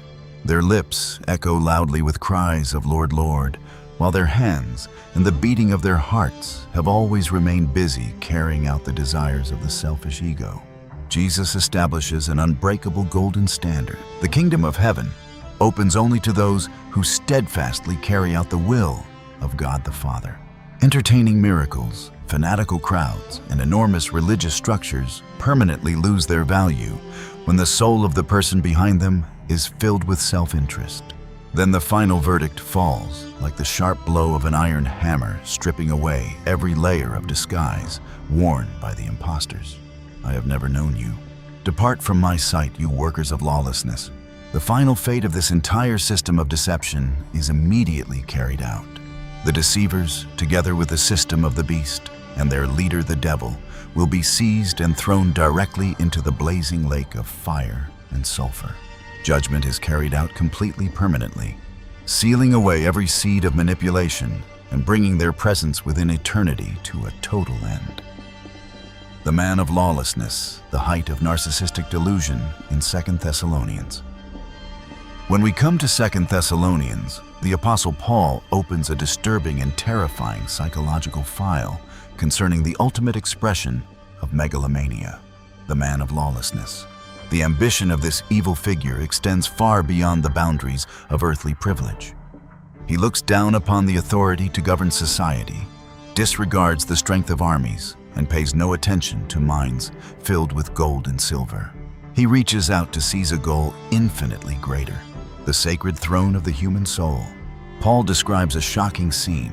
He strides directly into the temple of God, proudly occupies the central position, and calmly proclaims himself to be the creator. He carries a burning desire to force every moral standard in the universe, and every definition of good and evil, to bend according to his dictatorial will. He demands that all creation kneel and prostrate itself before him alone. The rise of the man of lawlessness receives direct support from the dark powers of Satan, expressed through a series of counterfeit miracles that dazzle the senses. He creates supernatural performances to spread astonishment and completely strip the crowd of its ability to think independently. But the coldest and most ruthless point within Paul's prophecy lies in the victims of this system themselves. They fall into the trap because of a completely deliberate choice. They willingly rejected the love of the truth. Human beings naturally possess a tendency to cling to a comforting lie as long as that lie protects their personal privileges, preserves their wealth, and strengthens their social position. Truth often demands sacrifice and courage, while deception offers immediate comfort. The man of lawlessness understands this fatal weakness completely. He throws out the perfect bait, a highly profitable agreement, so that humanity joyfully surrenders its own conscience with its own hands. He allows the crowd to believe that they are choosing wisdom, while in reality they are signing away their souls to a tyrannical machine. At this point, Paul delivers another detail that sends a chill through the reader. The mystery of lawlessness is already at work. The brainwashing of humanity is an immense project carried out continuously across countless generations. It resembles a poison, slowly seeping into the water supply of society. Step by step, it transforms blind submission into a noble moral standard. It patiently trains humanity to bow obediently before corrupt religious institutions, places where ruling power is always placed above the foundation of truth.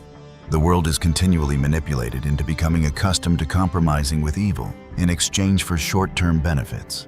Every time humanity closes its eyes to injustice, every time churches choose silence to protect their reputation rather than defend what is right, they cast another golden brick.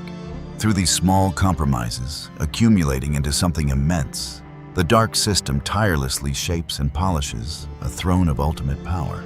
Then, when the decisive moment in history arrives, the man of lawlessness officially steps into the light.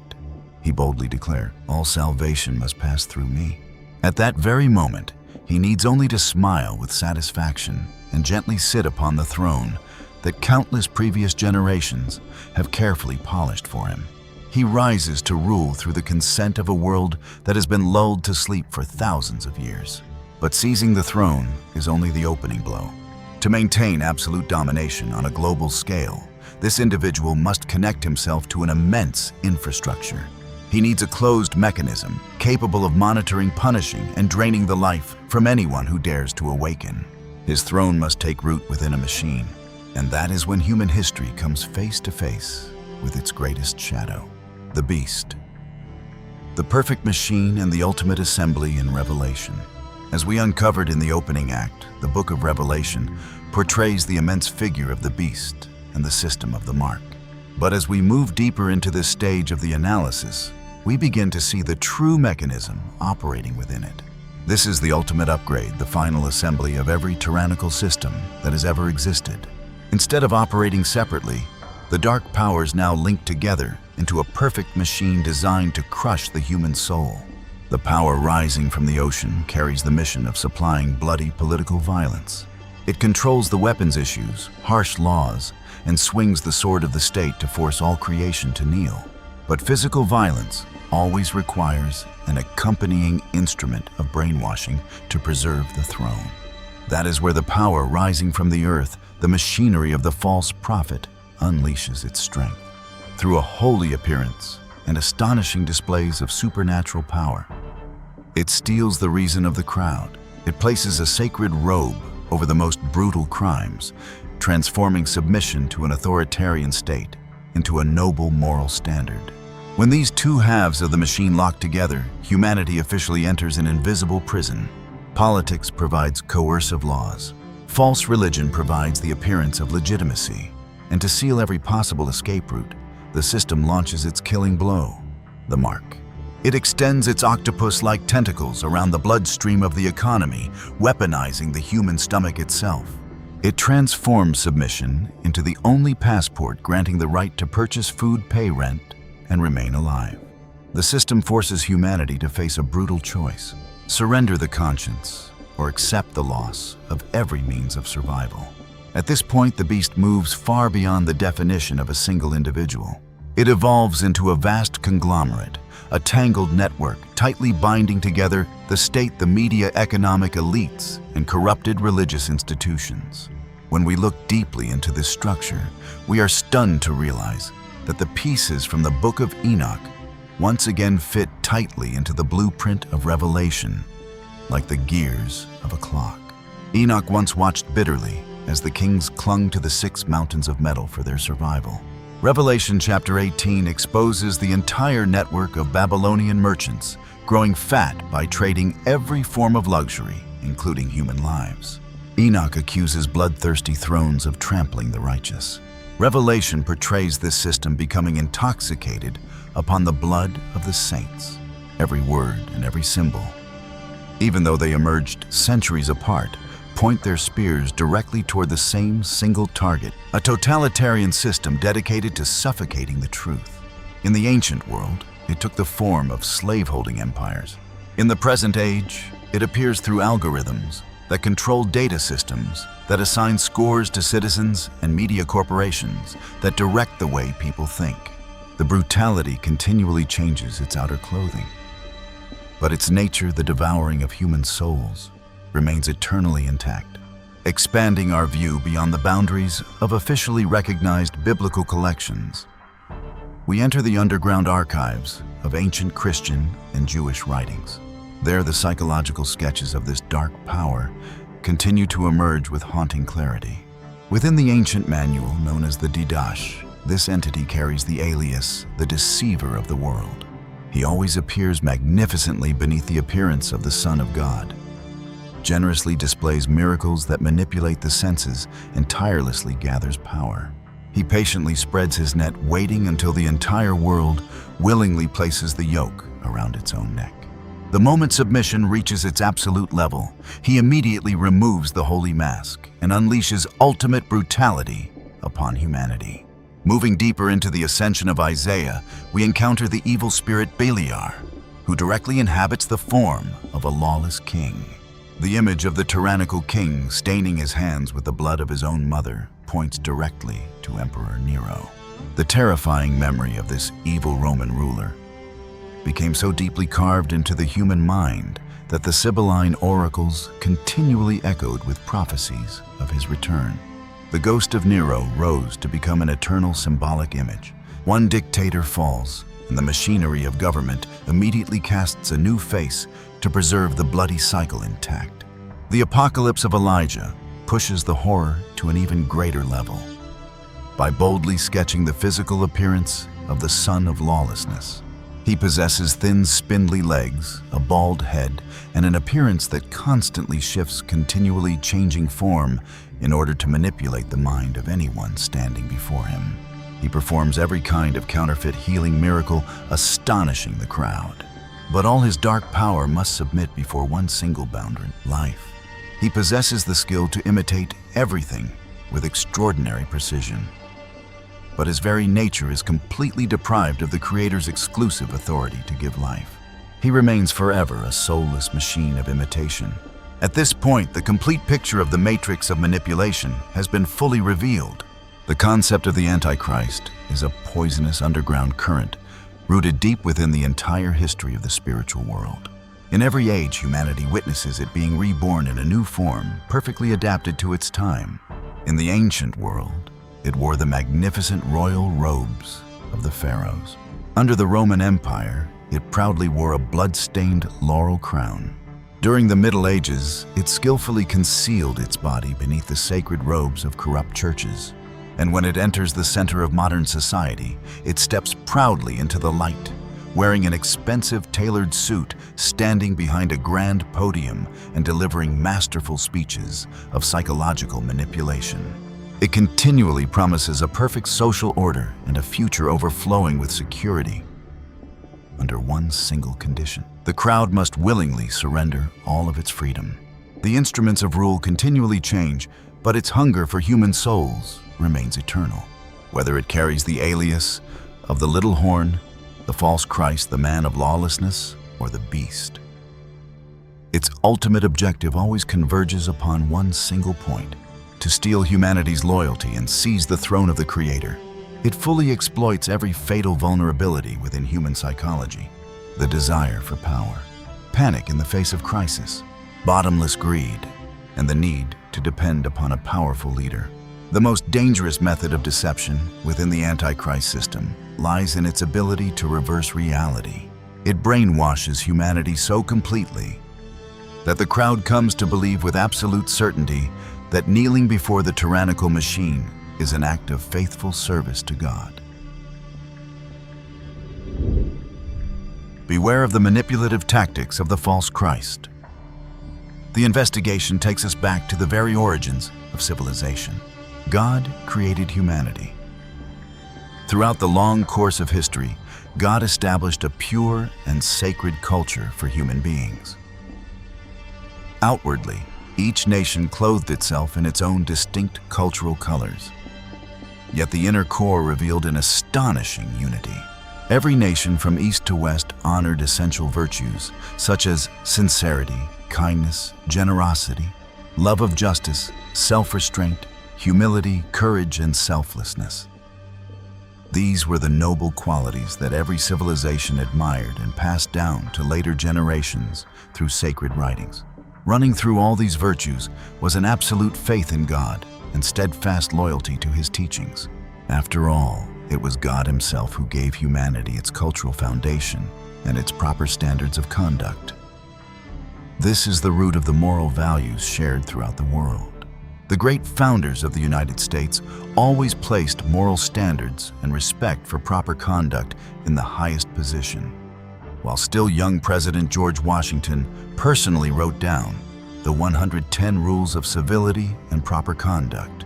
Although time has passed, the core values within this code have retained their enduring strength. He emphasized maintaining reverence when speaking of God, honoring morality, respecting others, remaining humble, and behaving properly toward every level of society.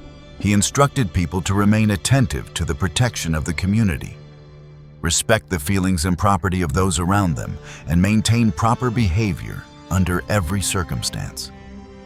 He encouraged neat and refined dress, careful control of speech, the spreading of kindness, following the example of virtuous people, and preserving a clean conscience. Similarly, President Benjamin Franklin established 13 essential standards for life: temperance, silence, order, resolution, frugality, industry, sincerity, justice, moderation, cleanliness, tranquility, integrity, and humility.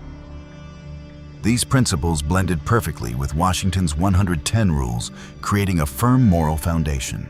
Returning to the period before the 1950s, humanity's moral standards remained firmly rooted in a good foundation. People throughout the East and West continued to preserve the essential traditions of proper human conduct. Even in China, after the year 1949, when an atheistic ruling system began operating its machinery to crush tradition, persecute the educated elite, and systematically corrupt morality, the people still persevered in protecting the good qualities inherited from ancient times. However, along with the expansion of extremist forces, the destructive plan of the false Christ system advanced through a series of brutal steps. As the 1960s began, humanity in both the East and the West started sliding rapidly down the path of moral corruption. The Great Cultural Revolution in the East began with a campaign to destroy the entire traditional heritage in the year 1966 and continued throughout a blood-soaked decade. At the same time, a powerful counterculture movement erupted in the United States during the 1960s, unleashing a youth-led wave of rejection against tradition that spread throughout the world. This was a global campaign that played the role of destroying cultural heritage and pulling humanity completely away from ancient moral standards. These movements of psychological and political manipulation left bleeding scars upon the face of the modern world. From that time onward, the ancient cultural foundation of Eastern society was completely broken, while morality declined at a terrifying speed. In the West, the false Christ introduced new forms of bait: provocative music, addictive substances, the unrestrained release of instinct, rebellious lifestyles, and an empty and decadent spirit that rose to dominate society. All these elements ate away at and severely damaged the foundations of Western civilization. When the radical young people of these movements entered positions of power within society, they continued their manipulation under new disguises. Strange artistic trends, distorted ideologies, and warped concepts converged into a poisonous current. Borrowing the power of mass media television screens, computers, the internet, and smartphones, this system accelerated the movement of all humanity away from traditional ways of life and drove it directly toward the abyss of corruption, the creation of a lost generation. When we look across the world today, we witness a decline in morality and popular culture so severe that it shocks the heart and mind. The atheistic authoritarian regime in the East used continuous political purges to erase a magnificent culture thousands of years old and replace it with a vicious ideology of brainwashing. A generation of young people raised under the control of this ideology became completely disconnected from their own traditional roots, with the exception of a small group in the West that continues to hold firmly to faith and reject every form of temptation. The false Christ system has nearly completed its plot to destroy human culture on a global scale. In the United States, the Beat generation rose during the 1950s, led by a group of writers whose mission was to cloud the human mind. Under the cover of criticizing society, they were actually encouraging the ruthless trampling of traditional morality. They spread a reckless attitude toward life, showed contempt for faith, worshipped uncontrolled freedom, and inflated the individual ego.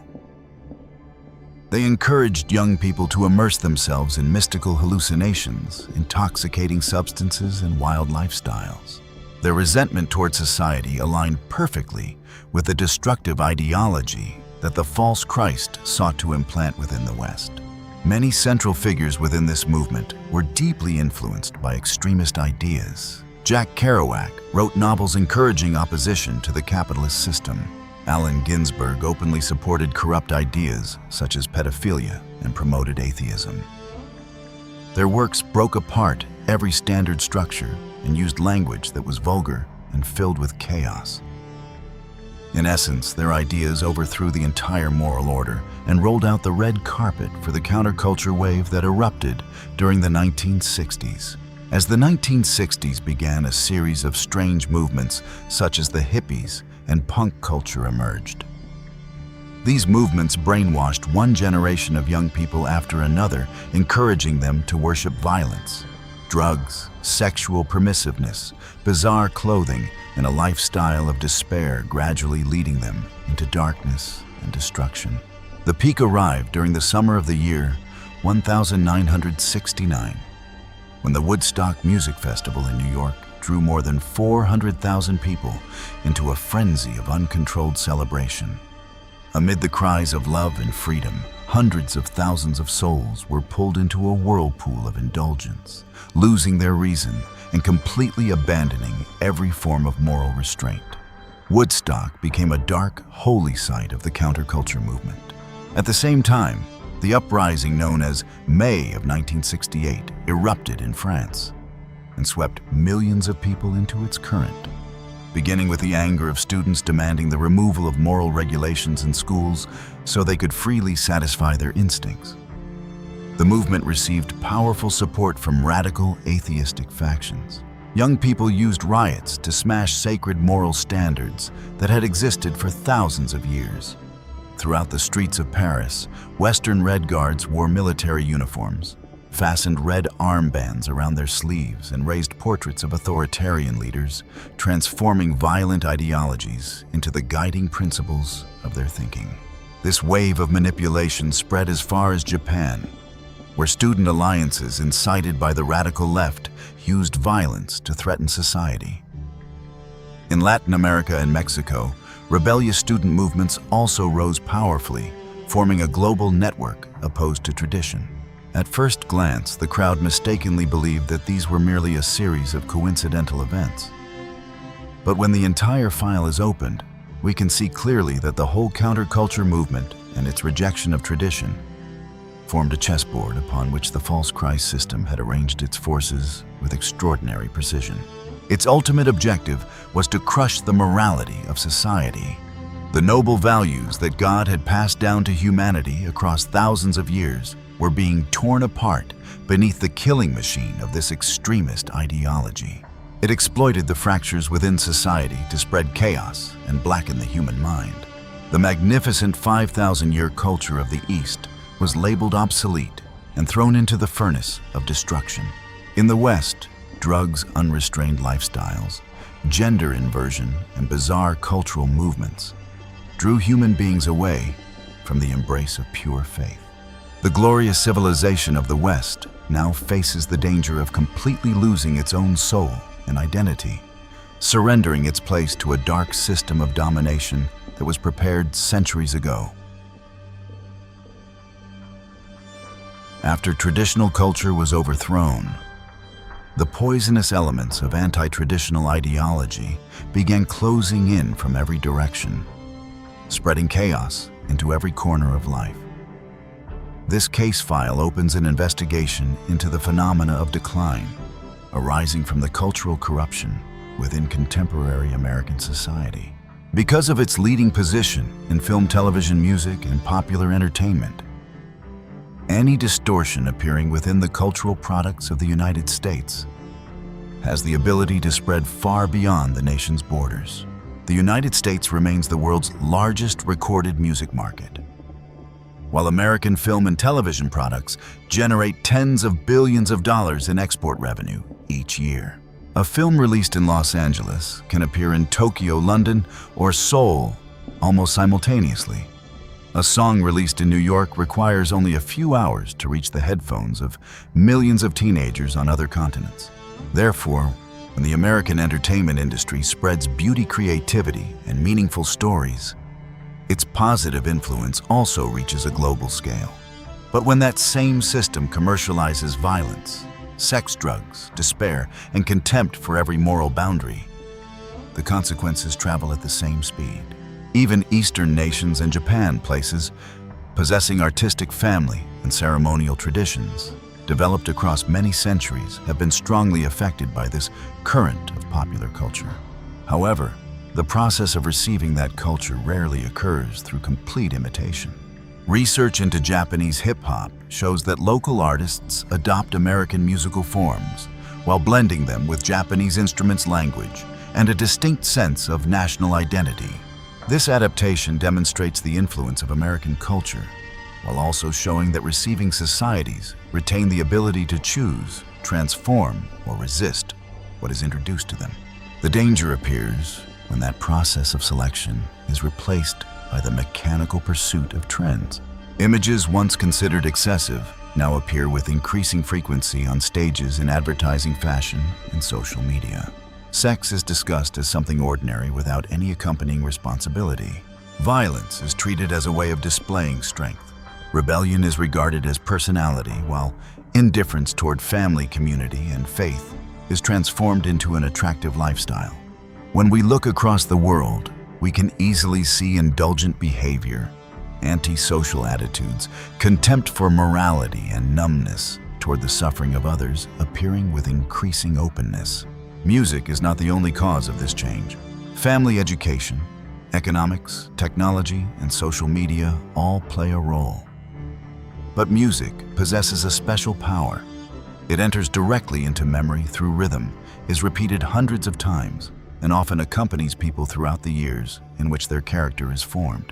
For this reason, the investigation must begin with two musical currents that have powerfully shaped modern youth culture: hip-hop and rock and roll instruments of manipulation through music. Within many traditional civilizations, music never existed merely to fill silence. It accompanied ceremonies, worship, weddings, funerals, labor, and the shared memory of the community. A song could help an entire village remember its ancestors. A hymn could lead human beings back toward reverence for God. Melodies passed down through many generations also preserved the way a people understood loyalty, family sacrifice, and responsibility. Modern science also confirms that music can deeply affect emotion and social life. Medical reviews have found that music therapy can support mental health, reduce feelings of isolation, and improve human connection. Singing or playing music in a group can also help create a sense of belonging within a community. Traditional thought therefore often evaluates music through a very practical question. After listening, does the human mind become clearer or more chaotic? Does the music help listeners control desire, consider the needs of others, and move toward higher things? Or does it continually stimulate anger, lust, and dissatisfaction? The problem does not lie merely in whether an instrument produces a loud or gentle sound. Drums, electric guitars, and rap techniques are all instruments of expression. The deciding factors are the content being repeated, the accompanying imagery, and the lifestyle the entertainment industry places behind the artist. Hip-hop, from the voice of the streets to a global industry.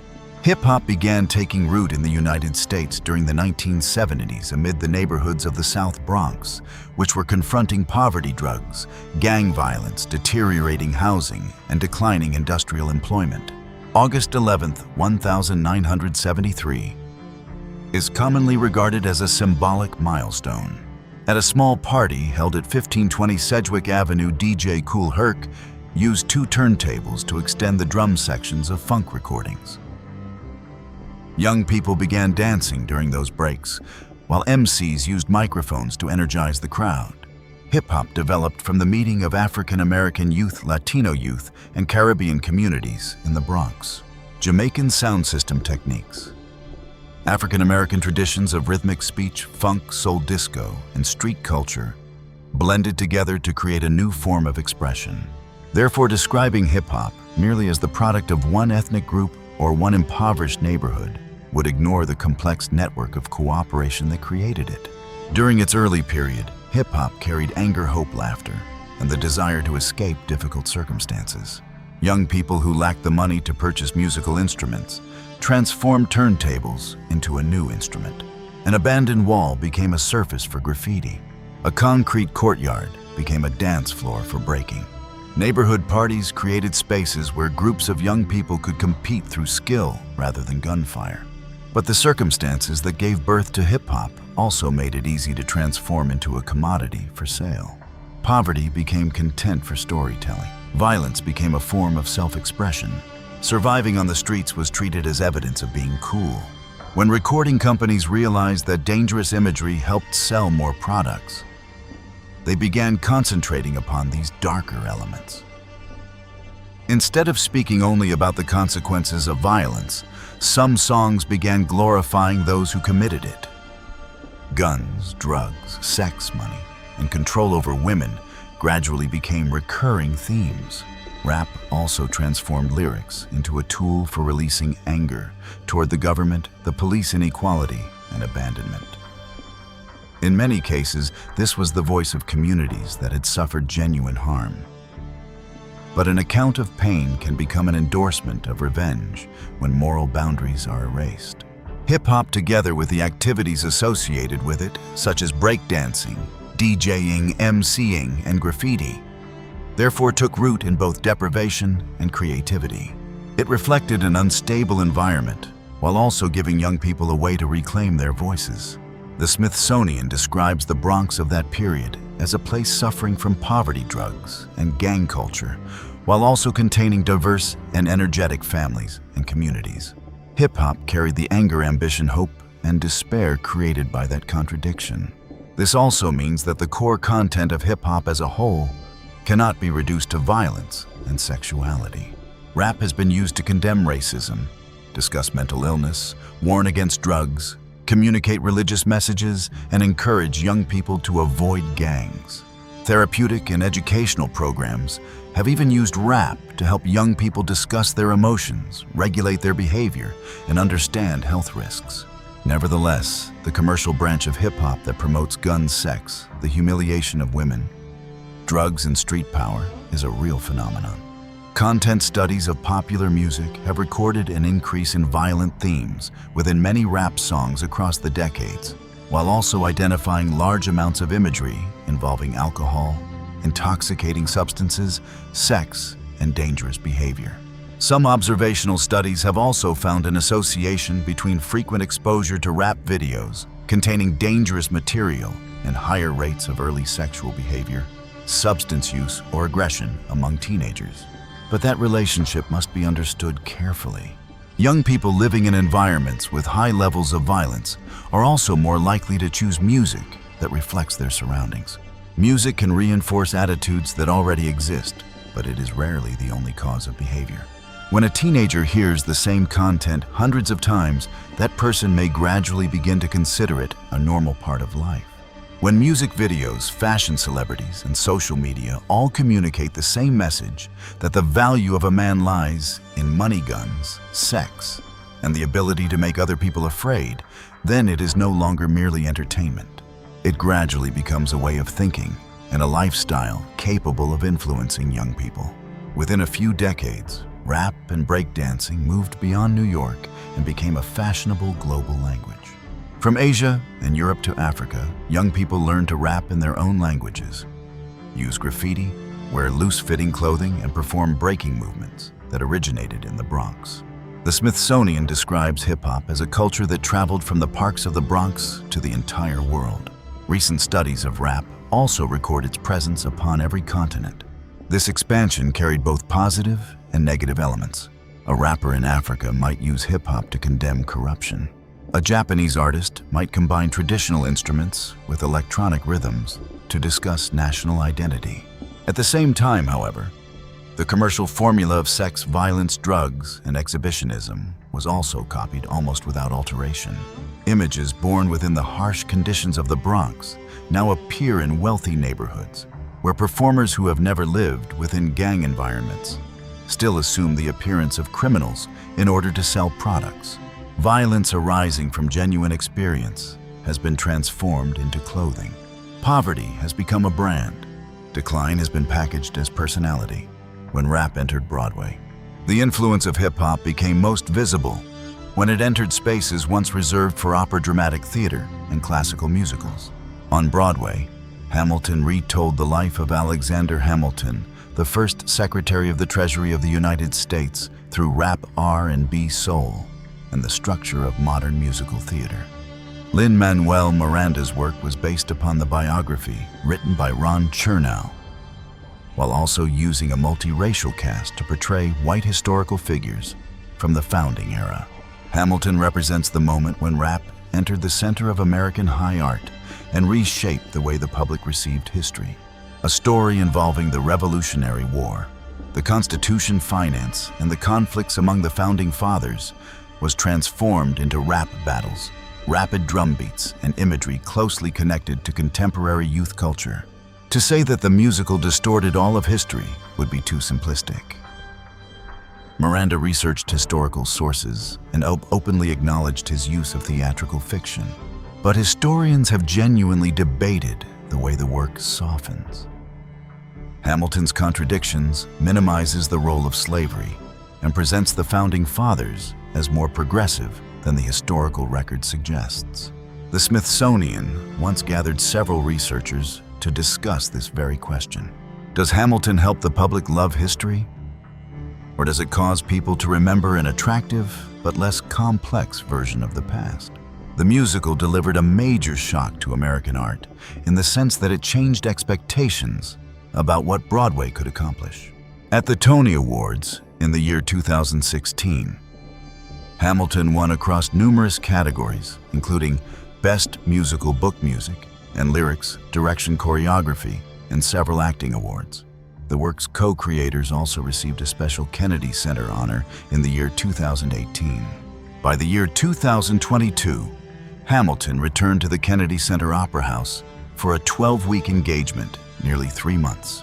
On Broadway, the production continued generating millions of dollars in weekly revenue and regularly performed before audiences filling a very high percentage of available seats. Audiences fought for tickets because they felt that history was being told in the language of the present. For supporters, it was a way of bringing younger generations closer to the past. For critics, it represented the moment when a musical form born on the streets became a method of rewriting national memory, causing rhythm and emotion to become more powerful than the complexity of historical truth. Regardless of which side one takes, one fact remains clear. Hip-hop left the street corner and took control of one of the most prestigious stages in the United States. Rock and roll, from a revolution in sound to the counterculture movement. The origins of rock and roll began earlier, during the late 1940s and early 1950s. It formed through the meeting of rhythm and blues, gospel blues, country, and many other American musical traditions. Artists such as Sister Rosetta Tharpe,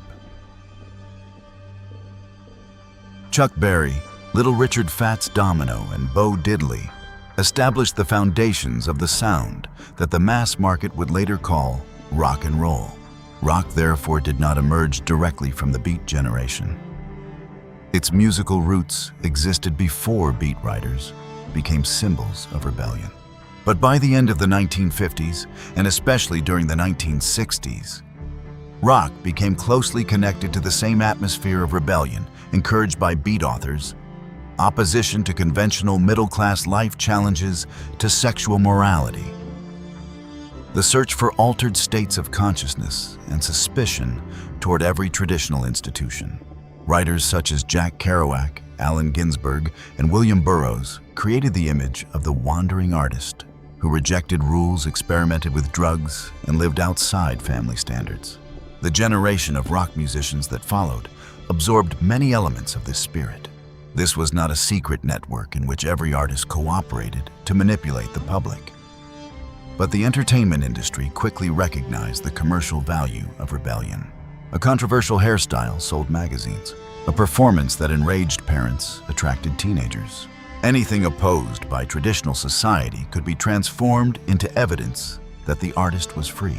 As the 1960s began, rock became an important sonic weapon of the counterculture movement. It appeared beside anti-war protests, the sexual liberation movement, psychedelic drugs, and the rejection of traditional family life. San Francisco became a major center where drug use, opposition to the Vietnam War, and musical experimentation worked together to nourish psychedelic rock. At large concerts, distorted guitars, pounding drums, flashing lights, and crowds of tens of thousands created an emotionally overwhelming environment. Participants did not merely listen to a song, they entered a collective experience in which the body's sound, intoxicating substances, and crowd psychology blended together. Rock can create joy, courage, and unity. Many songs have also opposed war, racism, and injustice. But the same emotional mechanism can weaken self-control when listeners are encouraged to abandon every boundary. Screaming vocals, distorted guitar sounds, and continuous drum beats cannot by themselves strip away reason. The danger appears when the entire experience is constructed around the message that restraint is oppression. Desire must be satisfied, and every institution deserves to be destroyed. Through the faith-based lens of this case file, that is the point at which the darkness within human beings is nourished rather than controlled. Listeners willingly enter a space where anger, lust, and opposition are amplified. Then interpret that intense feeling as a form of liberation. They believe they are reclaiming freedom, but a person who loses the ability to govern himself always becomes easier to control. This is precisely what allows rock to become an instrument of the false Christ system within the Codex interpretation. That system does not need to command human beings directly to deny God. It only needs to make sin attractive, transform the mockery of faith into evidence of intelligence, and portray every call for self-restraint as a sign of oppression, nihilism, drugs, and self-destruction. The greatest danger lies within the nihilistic spirit that has entered certain branches of rock. When life is portrayed as meaningless, human beings can easily turn toward immediate pleasure, violence, or self-destruction. Psychedelic rock was directly connected to the culture of LSD, mescaline, and hallucinogenic drug use during the 1960s. Artists and audiences searched for the experience of expanded consciousness, while the sound itself was designed to imitate or support the experience of drugs. The Rock and Roll Hall of Fame records that increasing substance use in San Francisco was an important part of the environment that formed this musical genre. Darker branches continued using images of rioting, suicide, the worship of violence, extreme sexuality, the disruption of identity, and the mockery of marriage. Some artists deliberately brought satanic symbols, imitation rituals, inverted crosses, and blasphemous language onto the stage because they believed shock would attract attention. The presence of a symbol does not automatically prove that an artist practices Satan worship. In many cases, it is theatrical strategy, religious rebellion, or a method of selling an image of defiance. But for a young audience, the boundary between performance and worship can easily disappear. When the name of Satan is shouted before tens of thousands of people, when faith is transformed into a joke, and when images of hell are sold upon t-shirts, what once caused human beings to fear the consequences of sin gradually becomes a fashion product. The history of popular music also contains cases in which artists genuinely moved beyond stage performance and harmed minors. Former glam rock star Gary Glitter was prosecuted and convicted in cases involving the sexual abuse of children. In the United States, singer R. Kelly was convicted by a federal jury in a case involving the sexual exploitation of minors. These cases concern specific artists and do not prove that every rock or rap performer commits crimes, but they demonstrate that celebrity worship, silence among managers, and the normalization of sexuality can create an environment in which powerful people can easily exploit the young. When vulgar lyrics and sexual imagery appear, continually society can become numb toward conduct that should be recognized as abuse. Many studies of music videos have found that sexual imagery, the objectification of women, alcohol, and intoxicating substances appear at high frequencies, especially within products directed toward younger audiences. That numbness is the truly frightening element. When a crime is wrapped in an appealing rhythm, stage lights, and the fame of an idol, audiences may laugh at something that would destroy a child in real life. Satanic symbols in rock. Within critiques of rock music, a line calling upon people to scream and kill the king is often attributed to the Rolling Stones. However, the band's catalog does not provide a reliable source for that exact quotation in that form.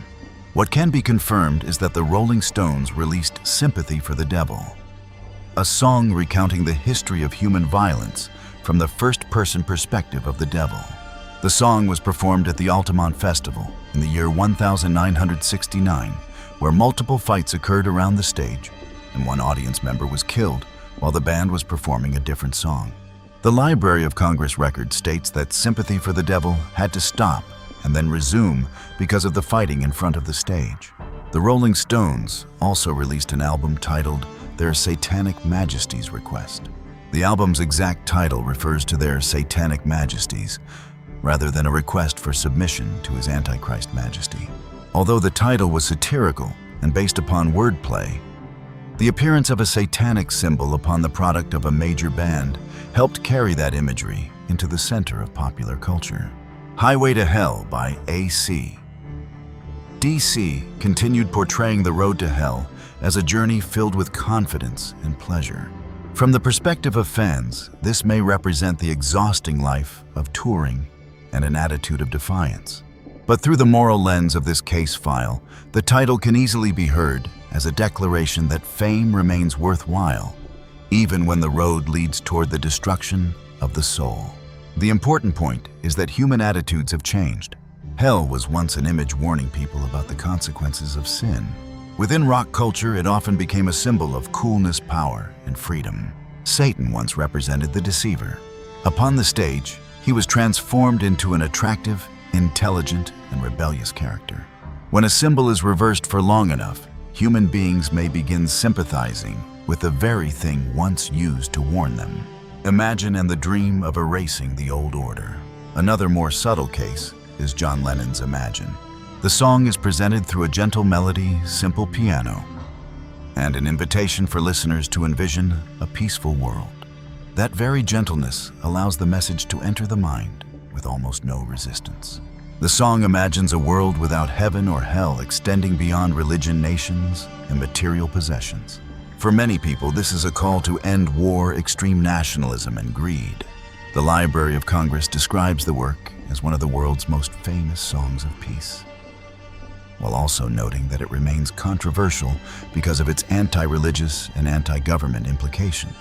Lennon once explained that he wanted to imagine a world moving beyond conflict among religious sects, rather than denying every spiritual dimension. However, he also acknowledged that the song's ideas were close to those of the Communist Manifesto, although he did not personally declare himself part of the communist movement. That ambiguity makes Imagine an especially powerful cultural instrument. It connects goals desired by almost everyone: peace, unity, and the end of suffering, with a vision in which religion, nations, and property are erased. Listeners can love the melody and its desire for peace, then absorb the accompanying ideology without often stopping to ask, what will replace the old institutions? History shows that erasing borders, faith, or property through political power does not automatically create a compassionate world. A society lacking personal responsibility and moral boundaries can become easier to control, even when it speaks in the name of equality. Through the lens of this case file, the false Christ system rarely appears with a horrifying face. It often begins with a beautiful promise: peace without God, unity without truth, freedom without responsibility. When rock entered the church, even the stronghold of faith was affected by the transformation of popular music. Within the Christian tradition, church music was intended to praise God, communicate scripture, and help the community direct its mind collectively towards sacred things. Its form could change according to the age, but its focus traditionally remained upon the one being worshipped rather than upon the performer. When rock became the primary musical language of young people, many churches faced a difficult choice. They could preserve traditional hymns and risk causing young people to feel alienated. Or they could bring electric guitars, drum stage lighting, and pop structures into worship services. From this development, contemporary Christian music gradually emerged. Larry Norman's album, Only Visiting This Planet, released in the year 1972, is often regarded as an early milestone in Christian rock, and was later placed within the National Recording Registry of the Library of Congress. This transition did not occur entirely because churches wanted to entice young people. Many pastors and musicians genuinely wanted to communicate faith through a musical language understood by the new generation. Interviews conducted by Pew also reveal a clear generational difference. Younger people often prefer contemporary praise and worship styles, while older people tend to favor traditional hymns and choirs. But the danger of compromise remains. When a church stage begins completely imitating a commercial concert, those attending may easily focus upon the singer, the lights, and the emotional climax rather than prayer. A song that continually repeats several simple lines can create strong emotions, but those emotions do not automatically represent moral transformation.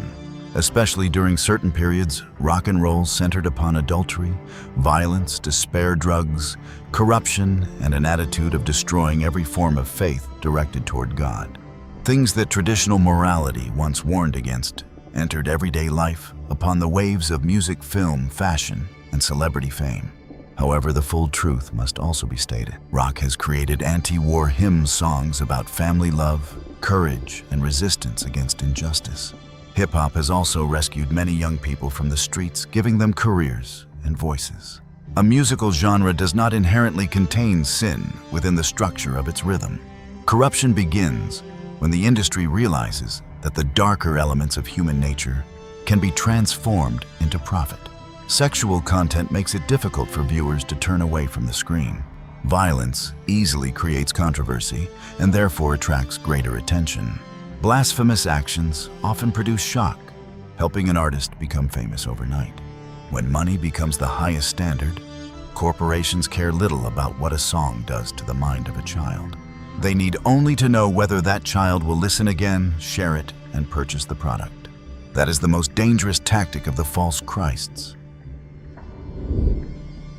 By this point, many people are probably wondering, why are we so strongly opposed to hip-hop or rap music?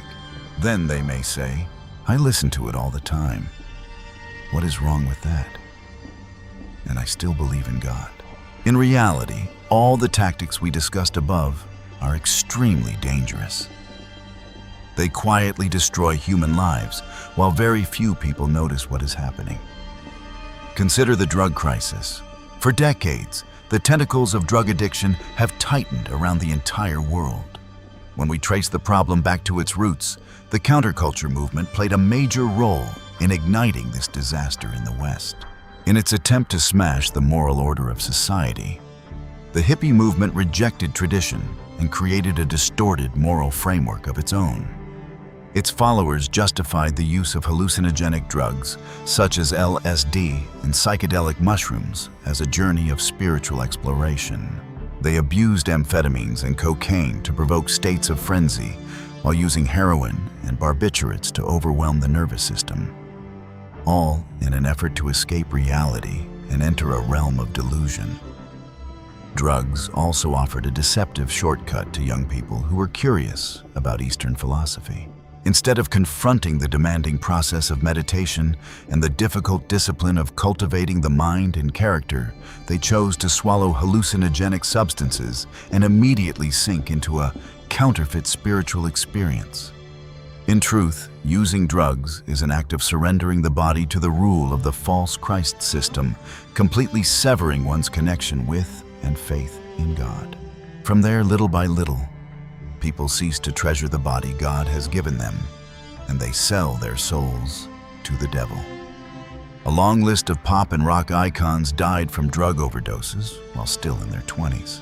The war against drugs has become one of the longest bleeding wounds within contemporary American society. Despite decades of efforts to pursue and arrest millions of traffickers, and despite campaigns urging the public to reject these toxic substances completely, drug use remains alarmingly widespread. Since the year 2000, more than 300,000 Americans have died from overdoses. By October of the year 2017, President Trump declared a public health emergency in response to the disaster.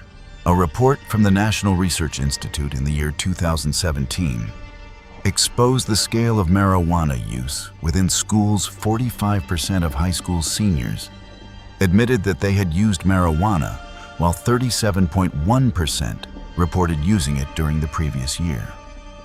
Even more frighteningly, 71% of high school students had been influenced to the point of believing that marijuana use was completely safe. Ecstasy and marijuana established themselves as fashionable elements of youth culture. More toxic and brutal variations continually emerged. Fentanyl, for example, possesses many times the killing power of heroin.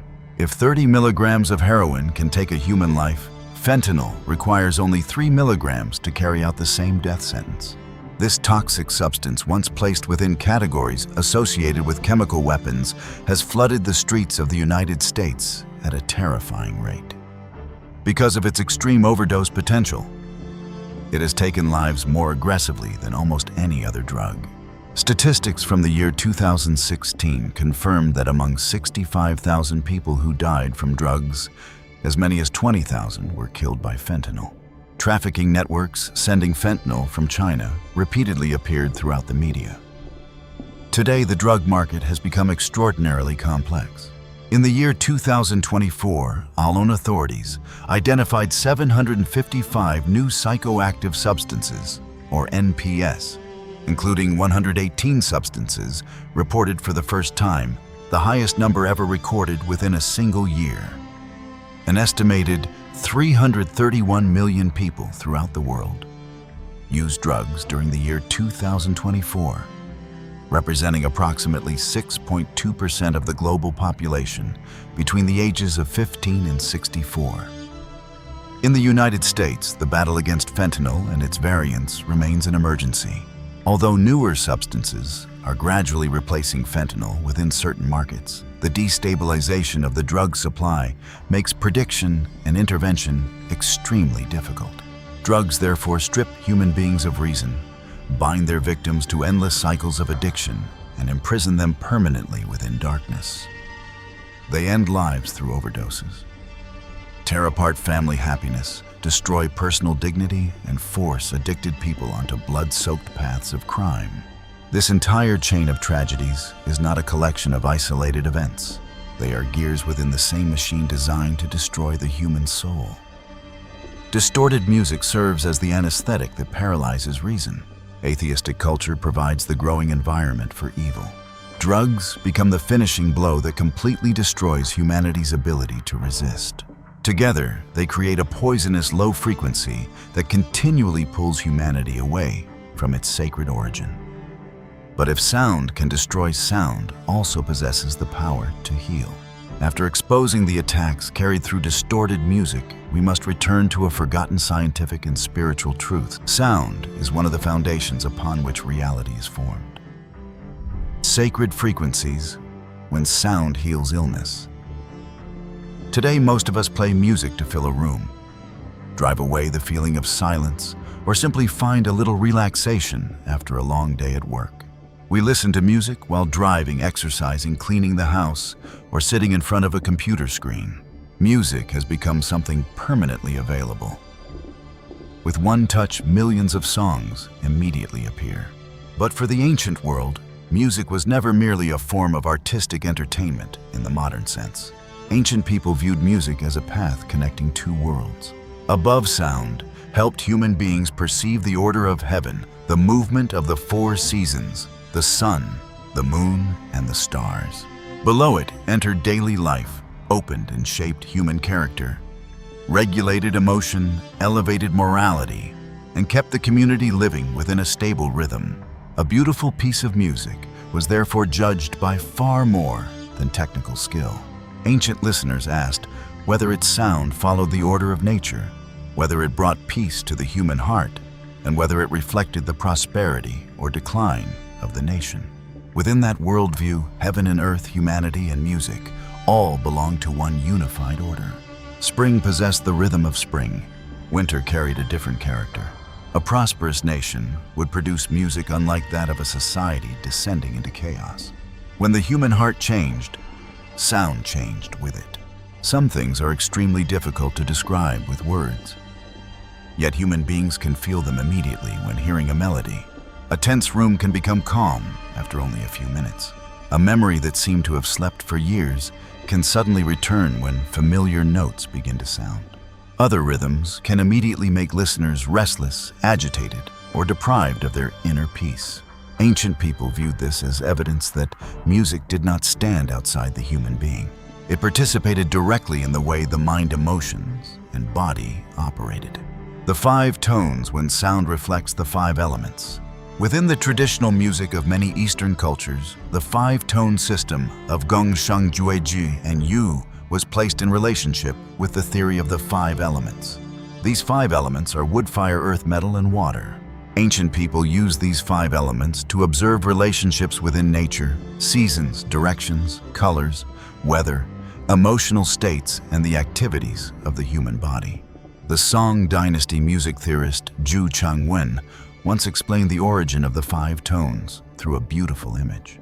According to his words, the ancient sages observed the forms of the five elements in heaven, the movements of seasonal energies, and the forms of five types of material within the world. Based upon these observations, they established the five tones of Gong, Shang, Jue, Ju, and Yu in order to examine and arrange sound. His meaning is clear. Pure and proper music was not created by randomly combining noises that please the human ear. It began when people observed the order already existing within nature and then used sound to reflect that order. When a musician found the correct pitch rhythm and progression of musical phrases, that musician was attempting to return music to a state of harmony resembling the movement of the four seasons. Sound rose and fell, yet still followed a pattern. Rhythm moved, yet still respected boundaries. Emotion was expressed, but never descended into total loss of control. This was the boundary between freedom and indulgence within traditional musical thought. Freedom expands the soul. Indulgence causes human beings to lose mastery over themselves. Music and virtue. What is music cultivating within the human being? Within the Record of Music section of the Book of Rites, the relationship between music and morality is presented directly. The text says that the noble person finds joy in attaining the way, while the petty person finds joy in satisfying desire. When human beings use the way to regulate desire, joy remains, while inner order is preserved. When desire causes people to forget the way, the initial feeling of pleasure quickly leads to confusion and disorder. In simpler language, two people may both say that they love music while searching for completely different things within it. One person listens so that the mind can become quiet, so that responsibilities can be remembered, and so that strength can be found to live more kindly. Another listens only to stimulate the body magnified desire or permit the self to sink deeper into anger. Both are listening to sound. But when the song ends, they emerge in two entirely different conditions. The Record of Music teaches that the noble person knows how to regulate emotion, harmonize personal purpose with the true way, and use the meaning within music to expand moral education. When proper music circulates through society, people become more inclined toward justice. By examining the kind of music a society loves, one can partly observe the moral condition of that society. The text also said, "Virtue is the beginning of human nature. Music is the essence of virtue. Metal, stone, silk, and bamboo are merely the instruments through which music appears outwardly." The meaning is profound. The musical instrument is not the ultimate source of music. A precious instrument can still produce sounds that nourish desire when the performer carries inner chaos. In contrast, a simple instrument can deeply move the human heart when the musician carries sincerity, reverence, and a pure spirit. Music, therefore, begins within the inner state of the human being, before passing through strings, drumheads, or flutes. Pure music and the ability to heal. Within traditional thought, pure and proper music carries a positive field of energy. It helps clear away chaotic thoughts, soften powerful emotions, and return the body and mind to a state of balance. Ancient people often used phrases such as clearing harmful energy, regulating blood and vital energy, or settling the spirit. Modern science uses a different language. Researchers observe heart rate, blood pressure, stress hormones, neurological activity, pain, and anxiety. Although the two systems of explanation differ, they meet within a familiar human experience. Music can change the real condition of the body and mind. Modern medical reviews have found that musical interventions may help reduce anxiety and pain within certain surgical settings, support emotional stability, and sometimes reduce the need for pain medication following an operation. The results depend upon the illness, the listener, the method applied, and the quality of the research. Music should therefore be regarded as supportive therapy rather than a replacement for necessary medical treatment. But the path that transformed music into a modern therapeutic profession began within hospital rooms filled with wounded soldiers, wartime casualties, and the birth of modern music therapy. During the Second World War, many military hospitals in the United States received enormous numbers of wounded soldiers. They returned with gunshot wounds, injuries from artillery fragments, burns, amputations, and psychological trauma that medicine did not yet fully understand. Conditions within field hospitals could be extremely severe. Heat, insect shortages of medication, and the danger of infection transformed post-operative care into another battle.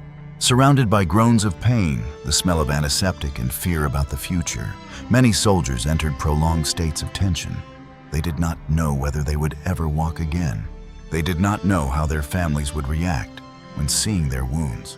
Some had survived the battlefield, yet their minds remained trapped within the sound of gunfire. Within that environment, community musicians were invited to perform inside the hospitals.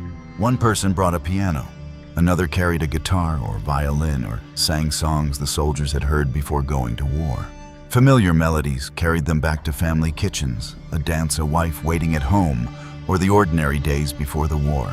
doctors and nurses began noticing the patient's reactions. A person who had previously withdrawn almost completely began speaking. A wounded soldier enduring persistent pain could relax while listening to music. Other patients became more cooperative during physical rehabilitation.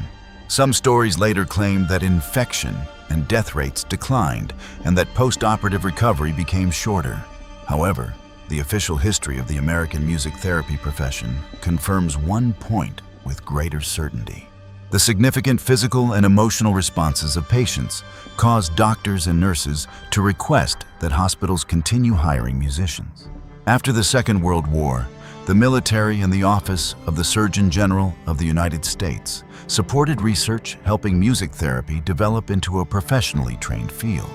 The statement that Americans discovered pure music could heal wounds should therefore be understood in a broad sense. Music does not directly stitch skin, destroy bacteria, or replace antibiotics. It helps human beings endure pain, reduce stress, recover the motivation to live, and create a condition more favorable to healing. Within a hospital room, that can make an enormous difference. A patient who still desires to live will cooperate with doctors differently from someone who has surrendered. A person who can sleep will recover differently from someone who remains awake throughout the night in fear. And when music helps patients remember that they are still human beings, with families, memories, and futures, healing has already begun in a place deeper than the visible wound. According to traditional understanding, the pure energy of music can provide therapy precisely at this point. Music is also medicine. The renowned Yuan dynasty physician Zhu Zhenheng is often quoted as saying, "Music too is medicine." This idea continues to appear within many cultural and traditional Chinese medical writings, discussing the use of sound to nourish the mind, regulate emotion, and support the body. In traditional Chinese characters, music is written as Lei, while medicine is written as Yao. The character Yao contains the grass radical above and the character Le below. Later generations often use this visual relationship to explain that medicine heals the body, while music heals the mind, and that the two share a deep connection. Some writings expand this claim further, stating that the three characters for music, La medicine Yao and therapy Lao, share the same origin or closely resemble one another within oracle bone inscriptions. Here we must speak clearly so that the account remains sound. The character Yao truly uses Lei as its phonetic component and adds the grass radical, revealing a clear visual connection within later writing. But the character Liao possesses its own history of formation. Therefore, the statement that music, medicine, and therapy are completely derived from the same origin should be understood as a popular cultural interpretation rather than a conclusion accepted by every etymologist. Ancient writing materials show that Liu was connected from an early period with musical instruments, performance, and joy. The relationship between Li and Yao was strengthened by the structure of the character for medicine within the traditional writing system. Whether examined through etymology or symbolism, the ancient placement of music beside medicine shows that people did not regard music as something separate from the care of life. Ancient records of using music and dance to treat illness. Within Chinese historical materials, many accounts say that human beings used rhythm dance and musical instruments to support healing from very early times. The ancient music chapter of the Lushi Chunqiu describes the early age of the Tao Tang clan.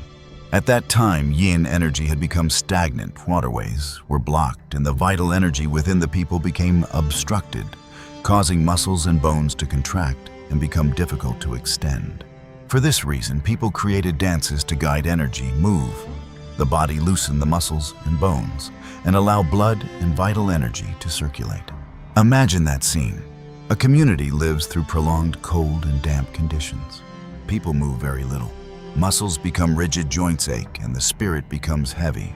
Instead of allowing every person to remain motionless inside a home, the community leader gathers them together, creates a drum rhythm, establishes orderly steps, and introduces movements involving extended arms, turning, contraction, and release.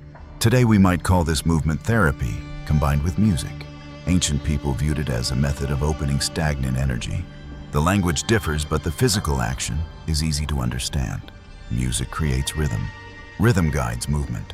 Movement helps the body escape stiffness.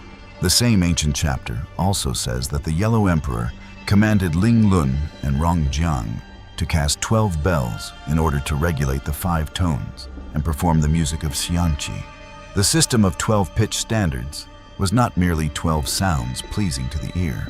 It was an attempt to establish pitch seasonal order and musical structure upon a stable foundation. The Garden of Stories also preserves an account of Miao Fu, a figure from a primordial age who was said to use bamboo tubes and sound rituals to treat illness. The precise historicity of this account is difficult to verify after thousands of years, but it demonstrates that within ancient cultural memory, bamboo flutes, recitation movement, and healing were placed very close together. During the Tang dynasty, the poet Bai Jui described the effect of music through 2 famous lines: "One sound enters the ear, and 10,000 concerns leave the heart." These words appear in the poem Listening to the Chin. They describe the moment when the sound of a stringed instrument enters the mind, causing the worries, calculations, and dust of life to withdraw temporarily. That too is a form of healing. A person does not need to forget every problem in life. Merely receiving a few minutes of rest from those problems gives the nervous system an opportunity to settle, allows breathing to slow, and creates space for the mind to recover. For this reason, ancient people said that pure music could cleanse both the body and the mind. Ancient Chinese thought often emphasized that illness should be treated by returning to the root. The root within this system was the balance of yin and yang. Yin and yang were not merely abstract concepts. Ancient people used them to describe day and night, heat and cold, stillness and movement, receiving and releasing growth and decline. Every living thing exists because these opposing forces maintain a continuously changing balance. When one side becomes excessively strong, the system begins losing stability. A person who only works and never rests will become exhausted. A person who remains completely inactive will become weak. Emotion suppressed for too long creates tension, while emotion released without restraint causes the loss of self-control. Within the great music chapter of the Lushi Chunkyu, the origin of music is traced back to the Great One. The text says that the Great One produced the 2 modes. The 2 modes produced yin and yang, and music emerged from the harmony and regulation of those forces. Music is the harmony of heaven and earth and the regulation of yin and yang. According to this view, proper music imitates the order of nature. There is tension but also release. There is height followed by a return to depth. There is movement and pause. There is joy yet restraint remains. Music therefore becomes a miniature model of the universe. Human beings listen to that order, and the body and mind are gradually guided back toward a balanced rhythm. All things begin from the Great One, then differentiate into heaven and earth, yin and yang, and the 5 elements. The 5 elements in heaven correspond with 5 colors upon the earth. 5 directions, 5 seasons, and 5 major organs within the human body. Music uses an external order of sound to influence the internal order. When people hear a peaceful melody, their breathing emotions and attention may gradually follow its rhythm. In ancient language, this is the process of regulating yin and yang and moving toward the unity of heaven and humanity. Modern science has not confirmed the entire cosmic 5-element system exactly as ancient people described it.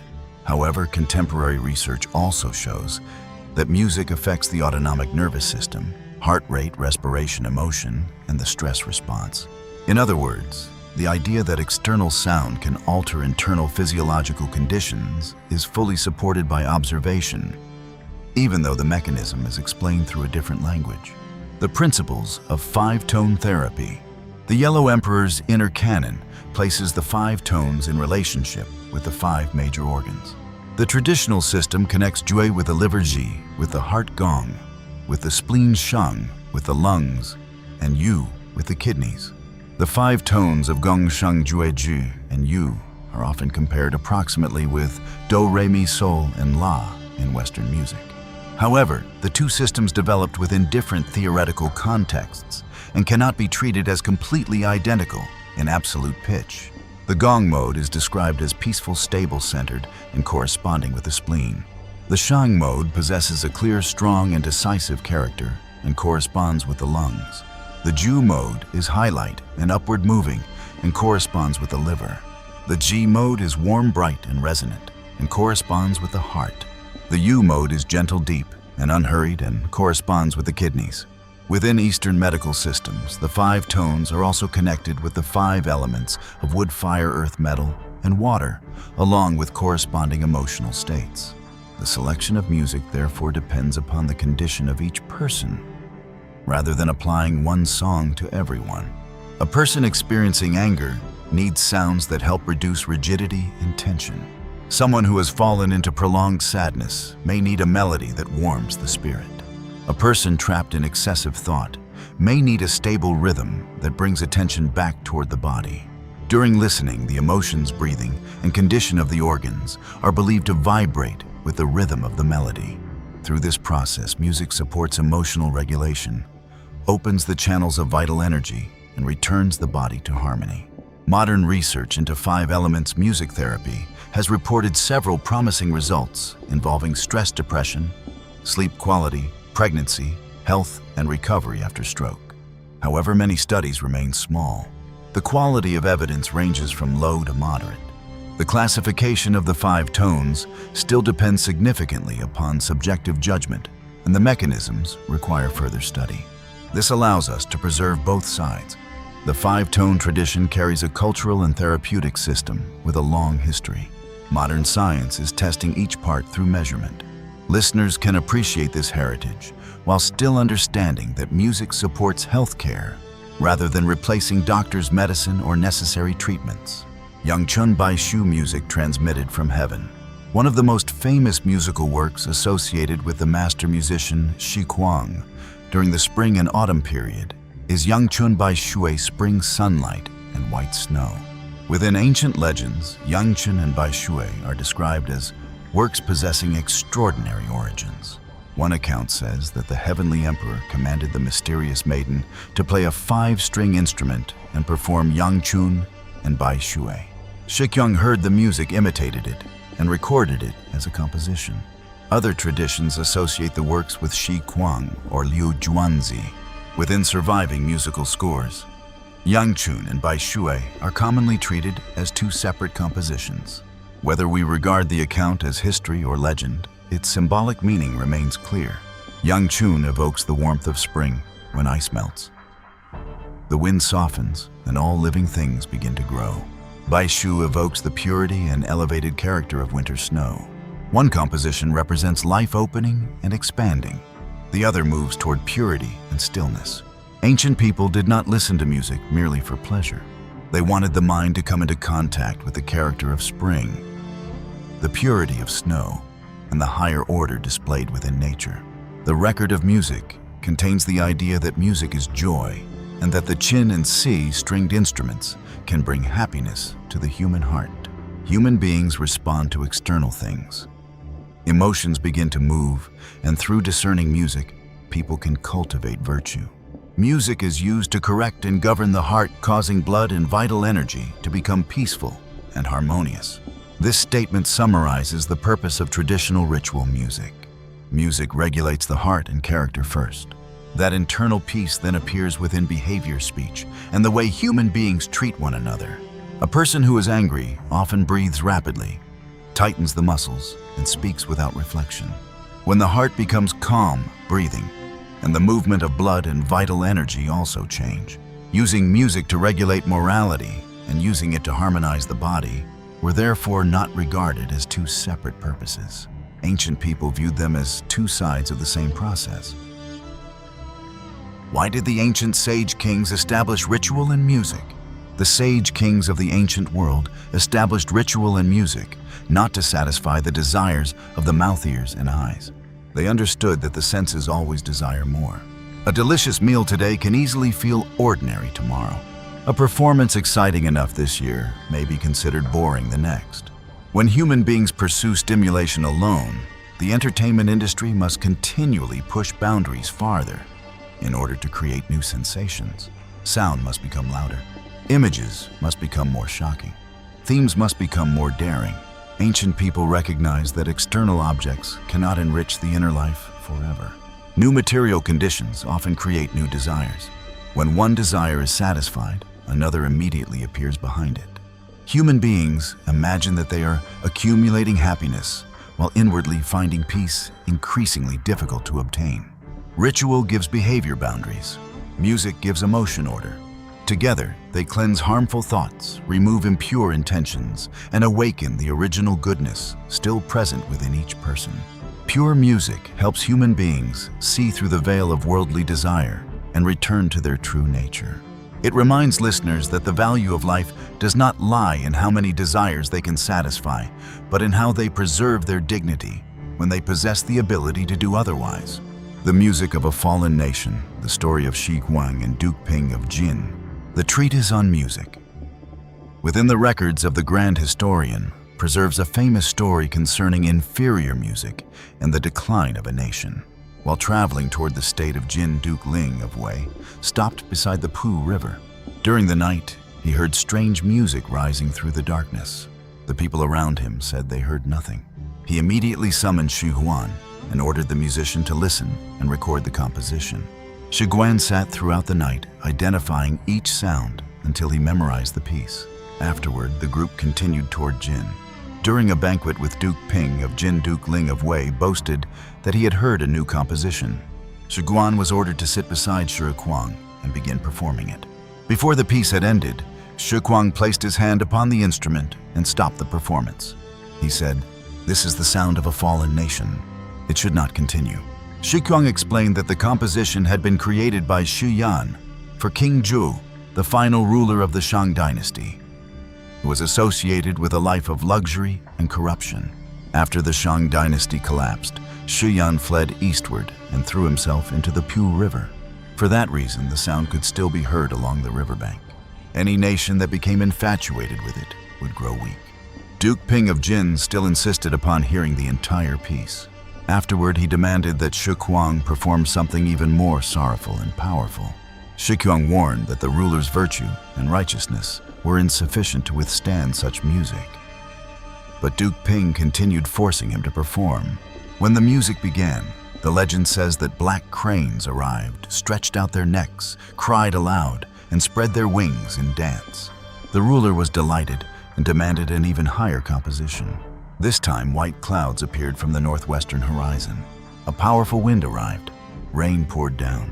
Roof tiles were torn away, and everyone fled in terror to find shelter. Duke Ping became frightened and crouched beneath a corridor. After this event, the state of Jin suffered a severe drought, and the red earth remained dry for 3 years.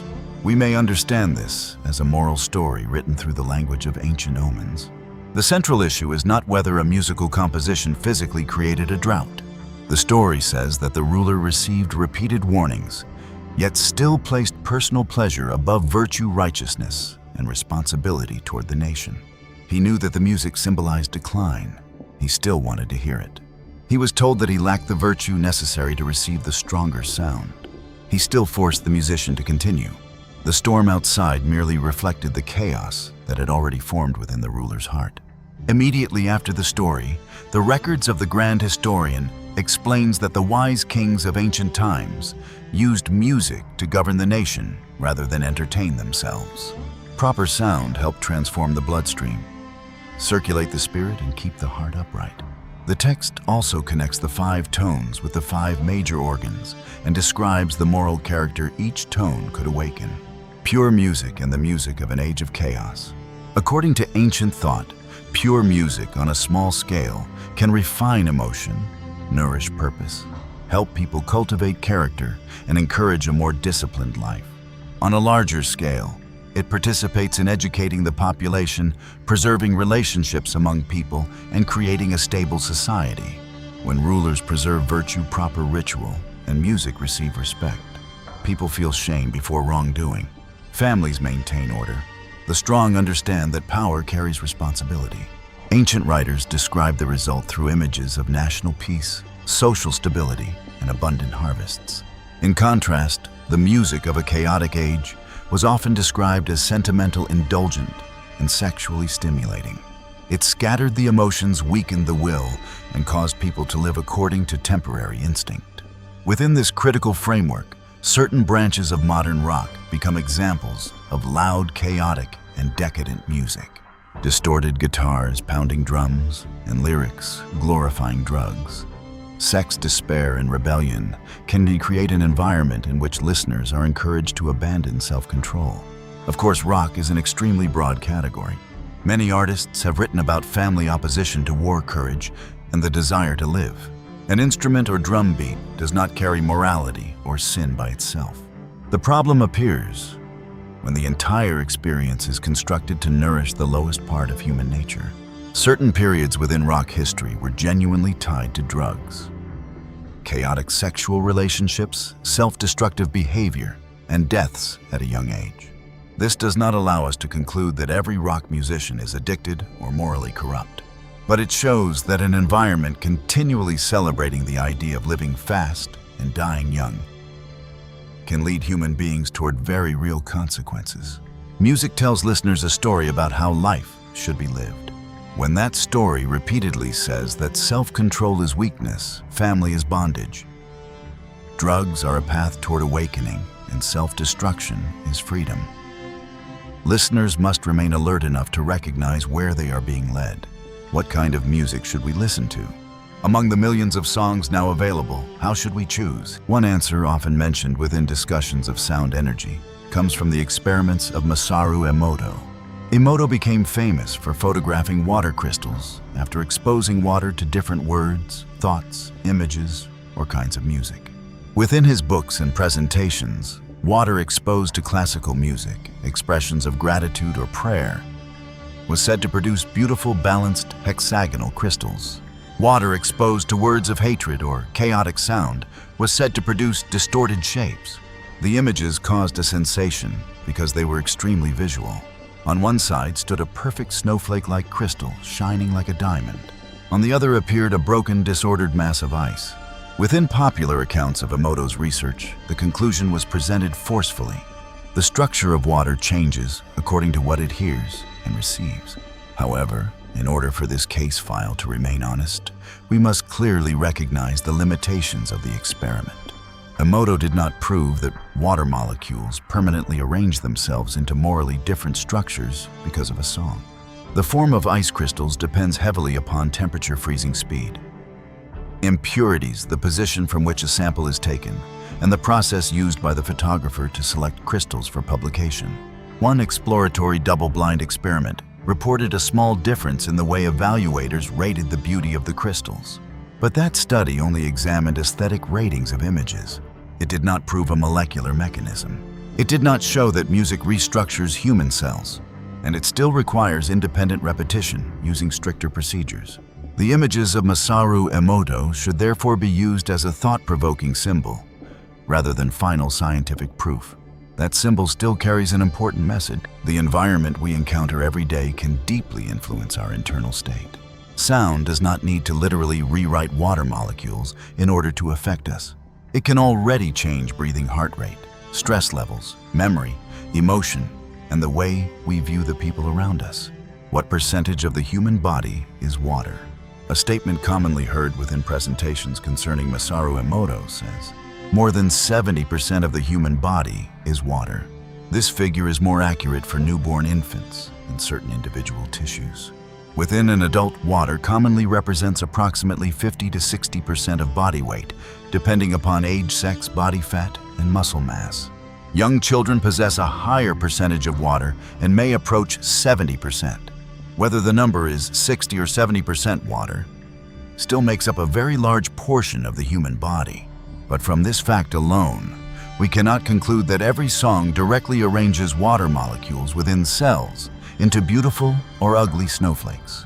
A more firmly supported conclusion is that music acts through the ears, the brain, and the nervous system. Stimulating music can increase arousal, accelerate breathing, and tighten muscles within certain people.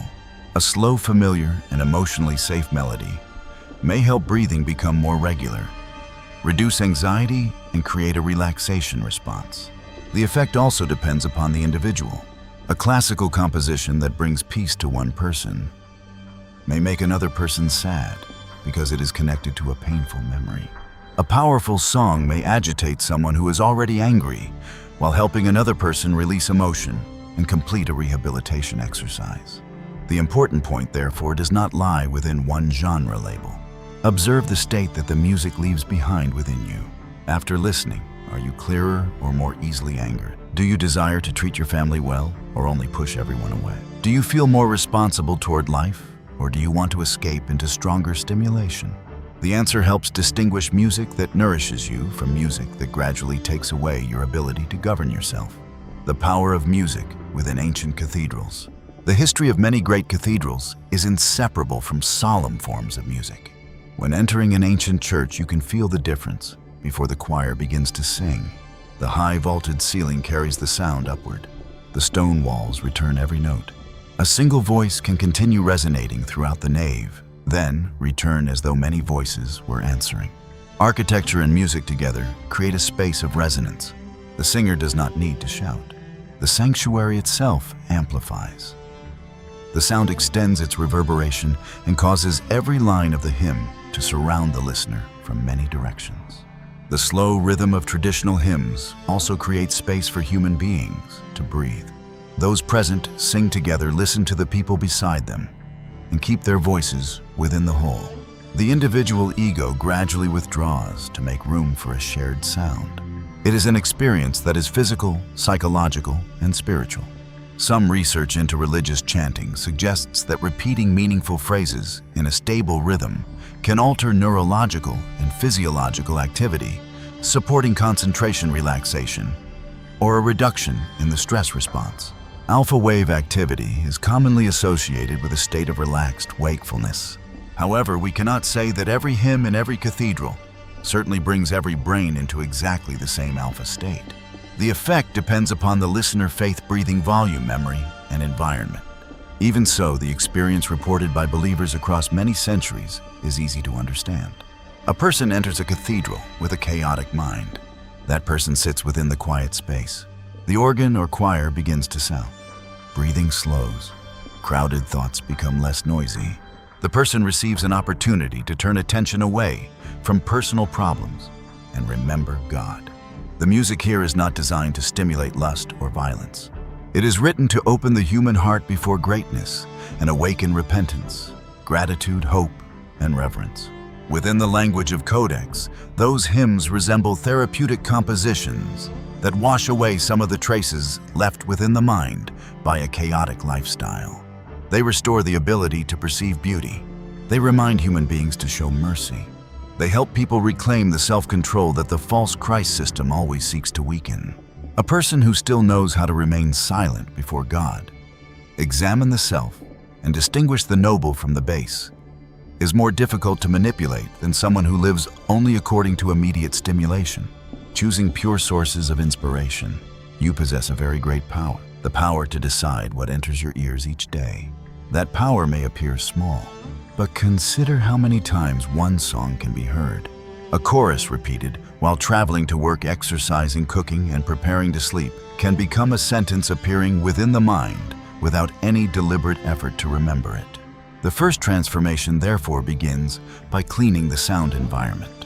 Examine your playlist honestly. Rock, hip-hop, or any other form of music that continually nourishes violence, sexuality, resentment, drugs, and contempt for life deserves to be removed. This is not an act of fearing music. It resembles removing garbage from a house.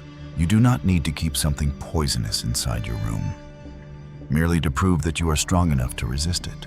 When certain content repeatedly drives the mind toward anger frenzy or lust, choosing to turn it off is a sign of self-control. The newly created space must be filled with better sounds. Return to classical music. Refined guqin compositions, traditional hymns, choirs, gentle instrumental works or melodies carrying a spirit of harmony with nature. Listen to works that praise the creation of God, love, loyalty, sacrifice, and truth. The name of the genre is not the only standard. A classical composition can still make one person uneasy, while a sincere modern song may bring hope. The important factors are the content, the manner of expression, and the state left behind. Each day, set aside a period of time to listen to music within a quiet space. Turn off unnecessary screens. Put down the phone. Sit upright Relax the shoulders and allow breathing to return to its natural rhythm. When the music begins, do not merely allow it to pass as background noise. Listen to the movement of each phrase, the way one instrument makes room for another, and the way tension eventually finds resolution. Within traditional language, this is the moment when peaceful frequencies pass through the body, enter the bloodstream, and cleanse damaged cells. Within modern scientific language, you are creating conditions that allow the nervous system to reduce activation breathing to slow and attention to withdraw from stressful cycles of thought. Two different forms of language may point toward the same experience. The human being rediscovers peace. Listen to your own internal response. When listening to music, pay attention to what is changing within your mind. Pure music often leaves behind a feeling of clarity, peace, and respect for life. It does not necessarily make you immediately happy. A sorrowful hymn may still lead toward repentance, compassion, and hope. The important thing to observe is the direction in which the emotion moves. Is it leading you toward maturity or pulling you toward lower instincts? Does it help you confront pain or encourage you to sink into despair? Does it make you desire forgiveness, care for your family, and live responsibly? Or does it push you toward meaningless rebellion, resentment, and contempt for others? When a piece of music brings peace, deepens your appreciation for life, increases gratitude toward God, and encourages you to treat others more kindly, those are signs of pure music. When it continually nourishes frenzy hatred, the desire to destroy and pleasure in the suffering of others, it becomes the kind of trap the false Christ system loves to use. That trap rarely enters through an open declaration that it intends to destroy human beings. It usually arrives through an attractive rhythm, a famous idol, or a sentence repeated so many times that the listener stops asking questions. Pure music is a wordless prayer. There are moments when human beings do not know how to pray. The pain is too great. The emotions are too complicated. Every sentence feels small before what is happening. Within those moments, a piece of pure music can become a wordless prayer. It helps the heart speak what the mouth cannot yet express. It creates a bridge connecting the human being with the source. It reminds us that behind the noise of life, a higher order still remains, along with a beauty that has not been polluted and a path that can lead the mind back toward God. Within the flood of distorted culture, preserving the ability to love genuine beauty becomes a form of protecting one's identity. Transform your soul into a sanctuary. That sanctuary does not need to be built from stone. It begins with deciding what is permitted to remain within your thoughts, what is permitted to repeat within your memory, and what kinds of sound will accompany your family every day. Within that sanctuary, noble, clear, and sincere sounds are welcomed. Content that nourishes violence, lust, and blasphemy is left outside. That is how you protect yourself, protect your children, protect the peace within your family, and gradually reclaim control of the mind from powers that seek to transform human beings into creatures that merely react to stimulation. You deserve to live within a clear and peaceful environment. Your family deserves to hear sounds that bring people closer together. Your mind deserves moments of silence in which it can recover. Begin today. No complicated decision is required. Simply open your playlist, listen carefully, and ask yourself, what kind of person is this sound helping me become? Then turn the volume of your life toward peace, compassion, truth, and the light of God. My friends, we've reached the final pages of this journey, decoding one of history's greatest mysteries. The truth always finds a way into the light. That is exactly why the Book of Enoch, despite being suppressed, removed from orthodox teachings, and sealed in darkness for thousands of years, has finally found its way back to humanity. This book wasn't banned because it contained myths or fantasies. It was banned because it holds the ultimate blueprint. It exposes the exact operating system of the Antichrist from the dawn of creation straight into the 21st century. Enoch witnessed firsthand the descent of the Watcher's fallen angels, who brought forbidden knowledge to disrupt the divine order. They taught humanity how to forge weapons, how to use roots and herbs to induce hallucinations, and how to use sound and incantations to manipulate the mind. Looking around today, you can clearly see that this system of manipulation never vanished. It's simply upgraded. Those ancient forces have reincarnated into the sophisticated synthetic drug industry, into entertainment empires, pumping out degenerate musical frequencies, and into a culture designed to put human reason to sleep. The greatest lesson the Book of Enoch passes down to us today is the ultimate secret to recognizing the Antichrist system long before the masses awaken. The Antichrist won't step into the light as an obvious monster you can easily defend against. This system emerges disguised as boundless freedom, instant gratification, and flawlessly convenient technology. It subtly drains human energy, paralyzes cognitive awareness, and lowers the vibrational frequency of humanity. But right now, you hold the key to shattering that illusion: frequency calibration. When you actively nourish your soul with pure music, when you hydrate your body with water crystals carrying the energy of gratitude and purity, and when you align your lifestyle with the divine order, you elevate yourself onto an entirely higher frequency band. In this frequency of light and truth, every disguise of the Antichrist becomes transparent. You will instantly recognize the deception hiding behind distorted cultural trends. You will see right through the manipulative agendas of chaotic news cycles. You will stand firm as a lighthouse in the ocean, completely immune to the hypnotic waves of this system. The most powerful, magnificent rebellion you can stage right now is to fiercely protect the absolute peace of your mind. Become a strict gatekeeper for your eyes and ears. Fill your living space with sounds that celebrate life, with thoughts overflowing with love and righteousness. By doing this, you aren't just saving yourself, you become a note of pure harmony, helping to cleanse the frequency of the entire world. The truth is unsealed. The power to choose now rests entirely in your hands. Walk in the light. Keep your mind sharp and let your heartbeat sync with the frequency of the Creator. Thank you for joining us on this journey of awakening. If the messages from the Book of Enoch resonated with your soul, leave your thoughts in the comments below. Share this video to spread the light to those who need it. And don't forget to hit the subscribe button to continue uncovering hidden truths.